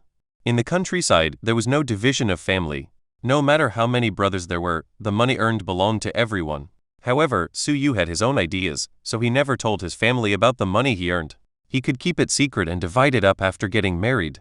But you still need to be more careful in the future. Lai Ziuqian is not an unreasonable shrew. She has good character, but she is not the kind of person who will not fight back when being bullied. If you don't think about your family and instead give money to outsiders, It is normal for them to have some thoughts. Su Yu reflected on himself secretly. Chapter 98 discussing building a house and separating the family. Su Yu and Hu Zai were hunting the whole day and did not return home until dark. This time the harvest was also good. Su Yu almost carried everything home on his back and Hu Zai caught a lot as well. However, most of what Hu Zai caught were pheasants and rabbits, but what Su Yu caught were large prey. If Hu Zai had not held him back and was afraid that he would lose him, Su Yu would have caught more prey, not less. Bam! The door was kicked open by Su Yu, and Su Yu carried the prey back home. Hey Su Yu, did you just come back from hunting? What did you catch? As soon as he opened the door, the first person Su Yu saw was Lai Ziyukin. She had just finished cooking and was feeding Haizi while her younger sister was watching beside her. Sanguo, you're back? What are we having for dinner? Su Yu ignored his younger sister, called sister-in-law, and put down the prey. Wow, it weighed several hundred kilograms and almost exhausted him to death. Hearing the noise, the fourth child Su Jin, the youngest sister Su Jing, and the niece Yaya all ran over, and Lai Ziyukin also came over to see. Oh my god, third brother, did you destroy the wolf den? So many wolves? Yes, Su Yu stewed wolf meat at his elder brother's wedding last time, but this time, he went to the place where he had been last time specifically, followed the traces, tracked them all the way, and killed 5 or 6 of the remaining wolves. This is a pack of wolves, probably dozens of them.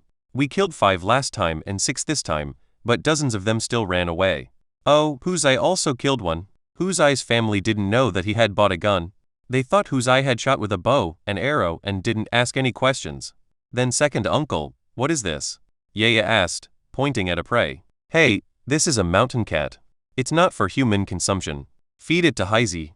In addition to the 5 wolves, there were 2 pheasants, 2 rabbits, and a wild boar weighing about 70 or 80 kilograms. It was a little bigger than the wild boar we killed last time. These days, Yaya has been having a lot of fun with Su Jing, and Haizi has been played around by the 2 of them. Sometimes he plays with a dog, sometimes he plays with an eagle, and the 2 little animals are scared. Sister-in-law, go to the kitchen and get the skinning knife so I can skin them. Okay. Lai Ziyukin was very excited. To be more precise, she had been excited since she got married. She had enough to eat every day and had meat every few days. No one in the world could live like this. But this was because of her brother-in-law's ability and he didn't spend any money to buy it. She felt that she had gained weight these days. 6 wolves, a small wild boar weighing 70 to 80 kilograms, a mountain cat, 2 pheasants, and 2 hares were tied together with a rope as thick as a thumb. Su Yu carried all of them back by himself. There were so many things, at least 200 kilograms. Moreover, hunting in the mountains requires walking several miles. It is really not light to carry them back like this. Su Yu opened the system to check and found that his skill points had reached 28 points.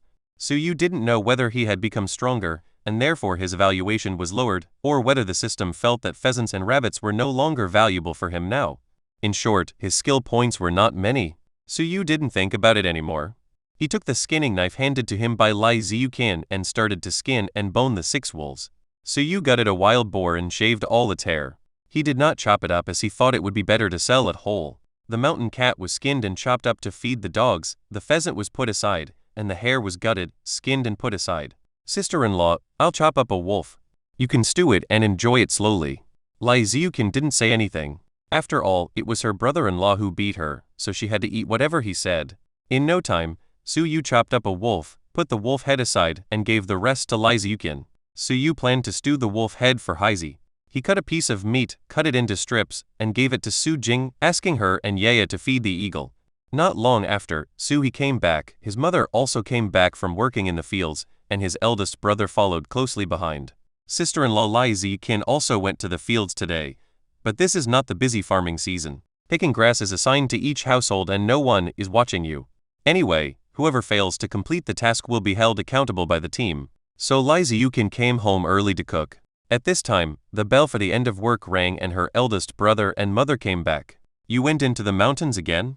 And you killed 6 wolves? How dangerous. Stay away from these carnivores in the future. Aren't you afraid of accidents? Suhi was still as old-fashioned as ever, and he started blaming people as soon as he opened his mouth. Suyu was already used to it.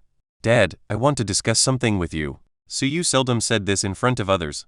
His eldest brother Su Sheng, eldest sister-in-law Lai Zikin, mother Liu Yuzhai, and fourth child Su Jin all looked over to see what Su Yu was going to say.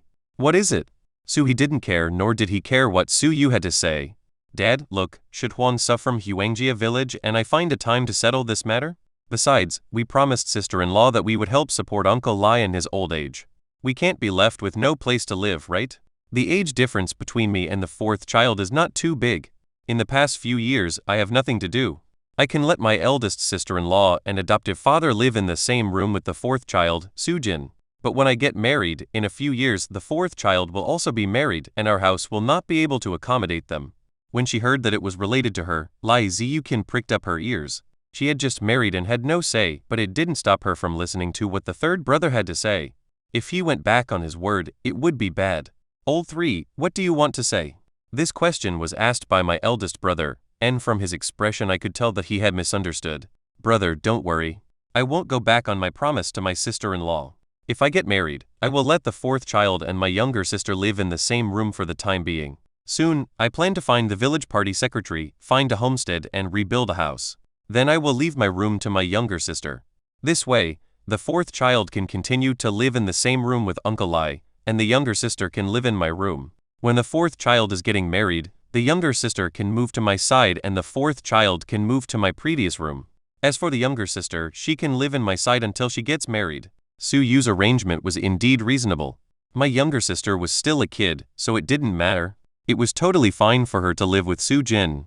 But when Su Jin got married, we couldn't still live together, right? Besides, if old man Lai really moved in, we couldn't just not arrange a room for him, right? Su Jin, who will live with you if you don't have a separate room when you get married? So you must arrange a separate room. No matter how you live, it will not be enough, so building a new house is imperative. Hearing this, Father Su was a little embarrassed. He also knew that his son was right. Old man Lai didn't move in because he could still take care of himself and didn't want to live under someone else's roof. But whether he came or not, you have to make some preparations, right? After all, it was promised. But the fourth child, Su Jin, will get married in a few years. She can't continue to live in the same room with old man Lai, right? What's the matter?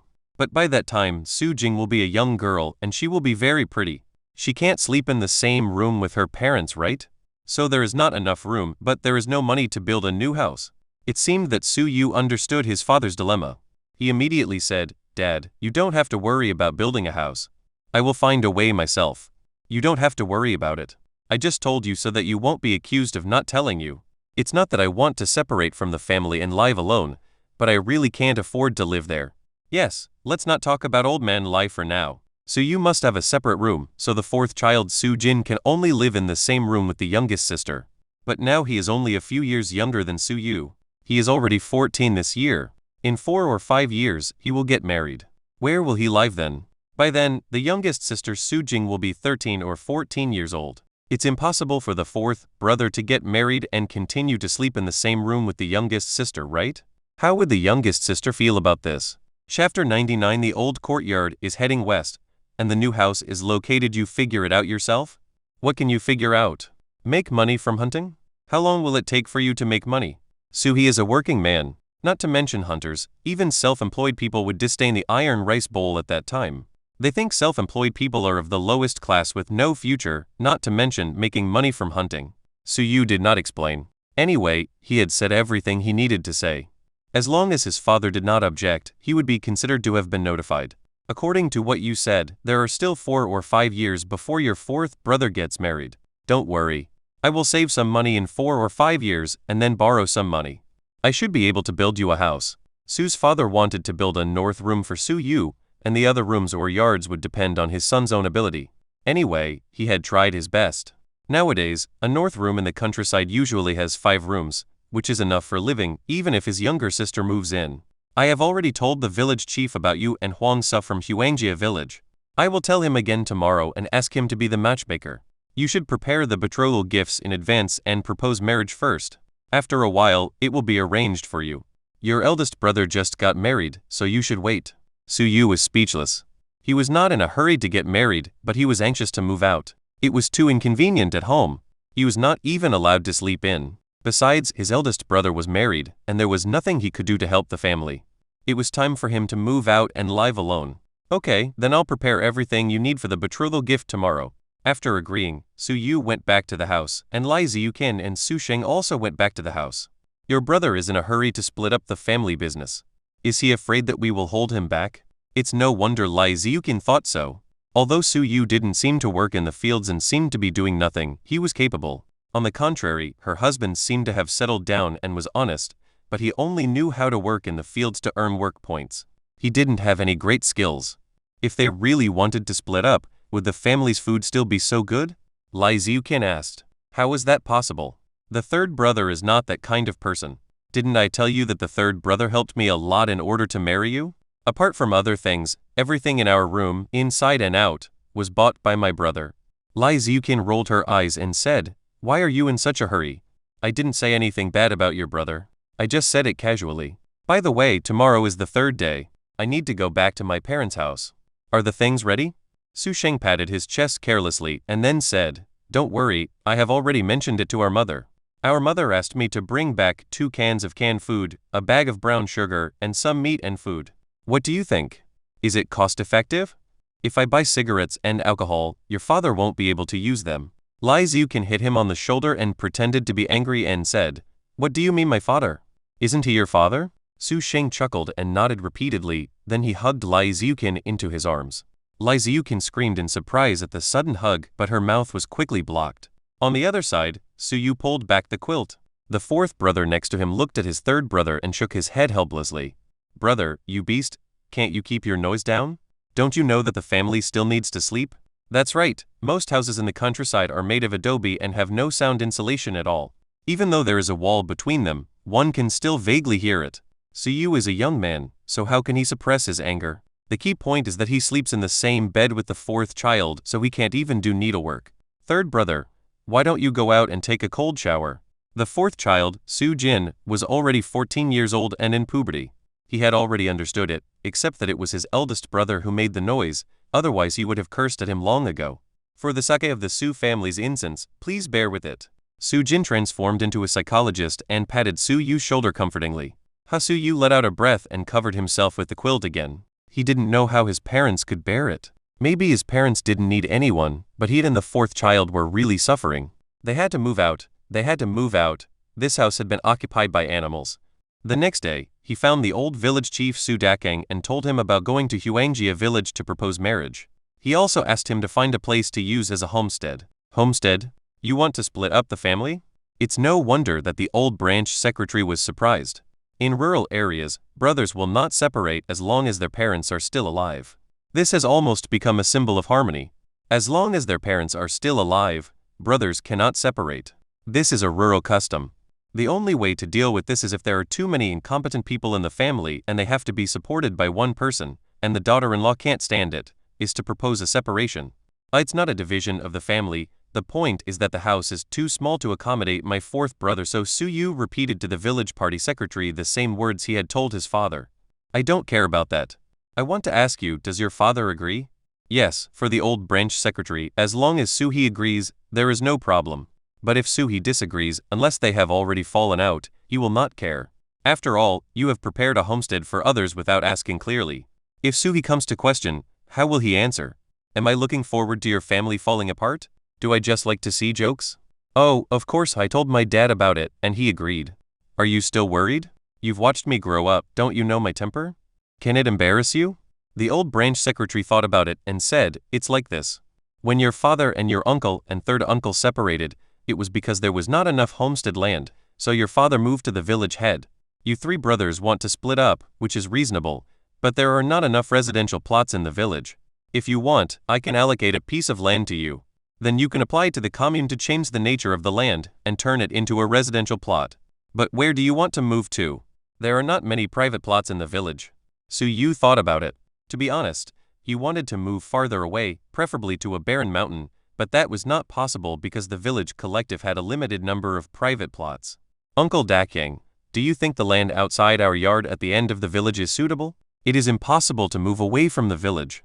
If it is farther away, the land will no longer belong to the village. His home is already at the entrance of the village, so it is just a matter of moving further towards it. You want to build another house west of your old yard? Next to your house? The old secretary thought for a moment, nodded, and then said, Your home is already at the entrance of the village. If you go further west, there will be no flat road. The place you mentioned is a downhill road. If you want to build a house, you need to fill the soil yourself. Are you sure? Sanshuiwan is near the mountains. In order to avoid being flooded by melting snow, their village is elevated with soil. So there is a downhill road at the entrance of the village. If there was no elevated area, when the snow and ice melted and rain fell from the mountains, their village would have been flooded long ago. Isn't it just to continue filling the land to the west? I understand, don't worry about that. But if you see me filling the land myself, can the village allocate a little more private land? The village raised the height of the house, but that was done collectively. Now when people build houses they need to fill the soil themselves, which is equivalent to doing it at their own expense. It is not a big deal if the village gives a little more compensation. You kid, are you waiting for me here? You want more? It's impossible. The homestead has specifications, but it's not a big deal to give you a little more yard. Just be smart and don't go too far. So you immediately nodded in agreement. As for the need to fill the soil himself, that was not a big deal at all. He had no intention of building an adobe house. When you build an adobe house, usually the villagers come to help, but if you fill the soil and lay the foundation, it will definitely take several days, and there may not be so many villagers who can come. But Suyu planned to build a brick and tile house, so he needed a work team, a construction team. For them, laying the foundation and filling some soil were not a problem. Suyu would contract it out when the time came, so he was not afraid to wait a few more days. Chapter 100 Purchasing Section Xiao Zheng, Wai Hui. After arranging the marriage proposal and the selection of housing land with the village secretary Su Daking, Suyu went to the city and sold all the wolf skins and rabbit skins with Huzai. Huzai also had a few skins, which he sold together. Brother Yu, Master Wu didn't give much. You sold 6 wolf skins and 2 rabbit skins for only $13. Alas, I got even less, only $5. Okay, that's not too little. You went into the mountains and sold $5, which is equivalent to 30 bullets, but you didn't even use 10 of them. Add the meat you earned, and you're not losing money, right? Thinking about it this way, Huzai felt that it was not unacceptable. He had indeed consumed less than 10 bullets in his trip into the mountains. $5 could buy a box of bullets from the store, which contained 30 bullets. The rest were all profit.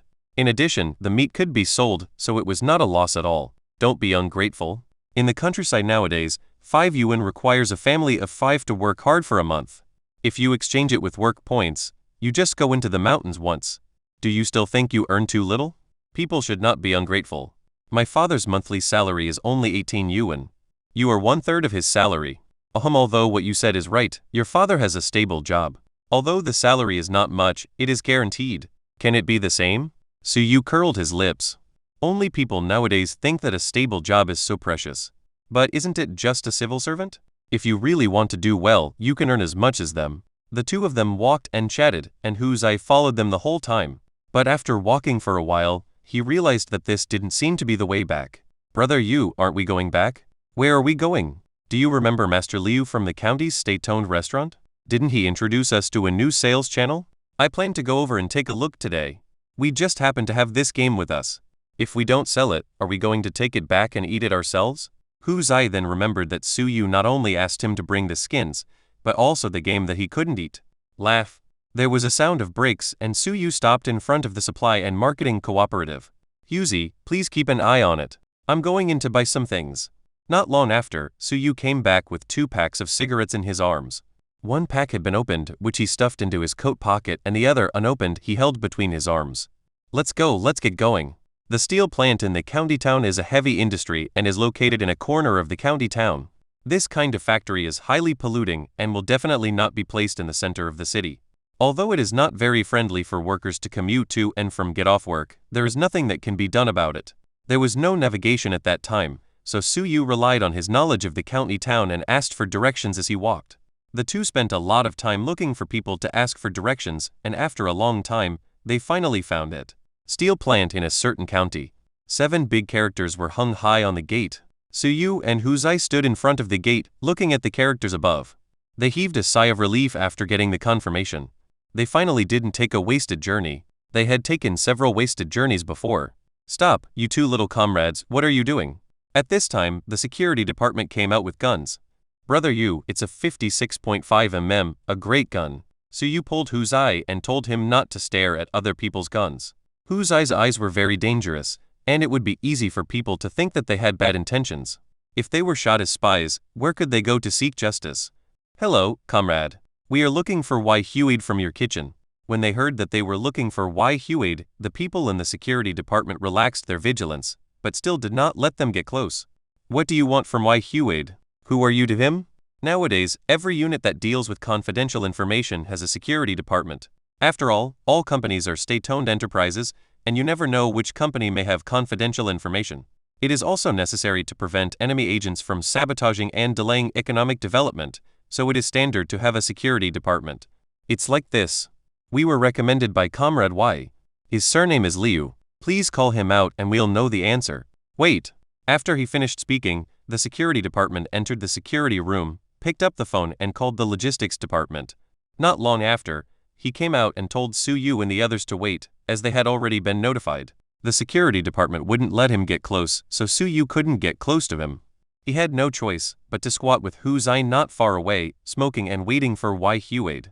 Not long after, a middle-aged man with a big belly came out. He was much younger than Master Liu. It could be said that Comrade Wei Huade was about 50 years old. Who's looking for me, Xiao Zhao? It turned out that the security member at the door was called Xiao Zhao, and Wei Huade was from the kitchen, so he must be quite familiar with the security department from coming in and out. Look, these two guys over there are looking for you. They said they were introduced by your senior brother named Liu and they want to talk to you about something. As soon as he heard the last name Liu and knew where he worked, he immediately knew who he was. You're looking for me? Did my senior brother Liu ask you to come? The other party did not mention the name of his senior brother. It was obvious that he did not believe it. He was afraid that these two would cheat him by using his senior brother's name. He wanted to trick them to see if they knew his senior brother's name. But Su Yu was prepared. He took out the note written by Master Liu and handed it to the middle-aged man. Wei Huade took it and saw the notes. He was sure that it was indeed Brother Liu's notes. After all, learning to be a chef takes 3 to 5 years. Do you want to become a master? Don't even think about it. Besides, they still have to work for another 3 years, which adds up to 7 or 8 years. Of course, he is not unfamiliar with his brother's handwriting. It really is the notes of the senior brother. Tell me, why did he ask you to come here? What's the matter? So Su Yu explained the whole thing and handed the other party a pack of cigarettes. A pack of cigarettes cost 30 cents, so a pack was 3 yuan, which was almost 1 month's work points in the countryside. It's not a lot, but it's not a little either. Fatty Wei Huade can definitely afford it if he wants to smoke, but he may not be willing to smoke this kind of stuff every day. No, take it back, take it back. How can I take you things? Since you were introduced by the senior brother, I will test your prey. As long as it is qualified, I will say hello to the purchasing department, and you can take the slip to the accounting department to get the money. I don't want the cigarettes anymore. But how could CU ask for help for free? He had to use some connections to force the thing on the other party. Fortunately, the people from the security department were not around and blocked his view. Seeing that he couldn't get rid of the other party, Wei Huade had to put it inside his clothes. Wei Huade led them into the steel plant and found a clerk in the purchasing department. Wei Huade was only a master chef, not a manager.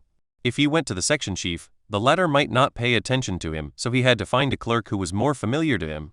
Well, our factory generally does not accept meat sent by individuals, unless you have a large amount of meat, such as game. You sell it to him and he will accept your goods as a task order to be completed. You just need to take the receipt to collect the money. In fact, buyers would go to the countryside to purchase from hunters, and then hand them over to the factory to complete the purchasing task. It's just that Sanshui Bay does not engage in breeding tasks, and the number of hunts is too small, so few buyers are willing to travel a long way to buy a few melons and dates. But if you give it to them, they don't mind accepting it. After all, it is much more convenient than going all the way to the countryside to collect it in person.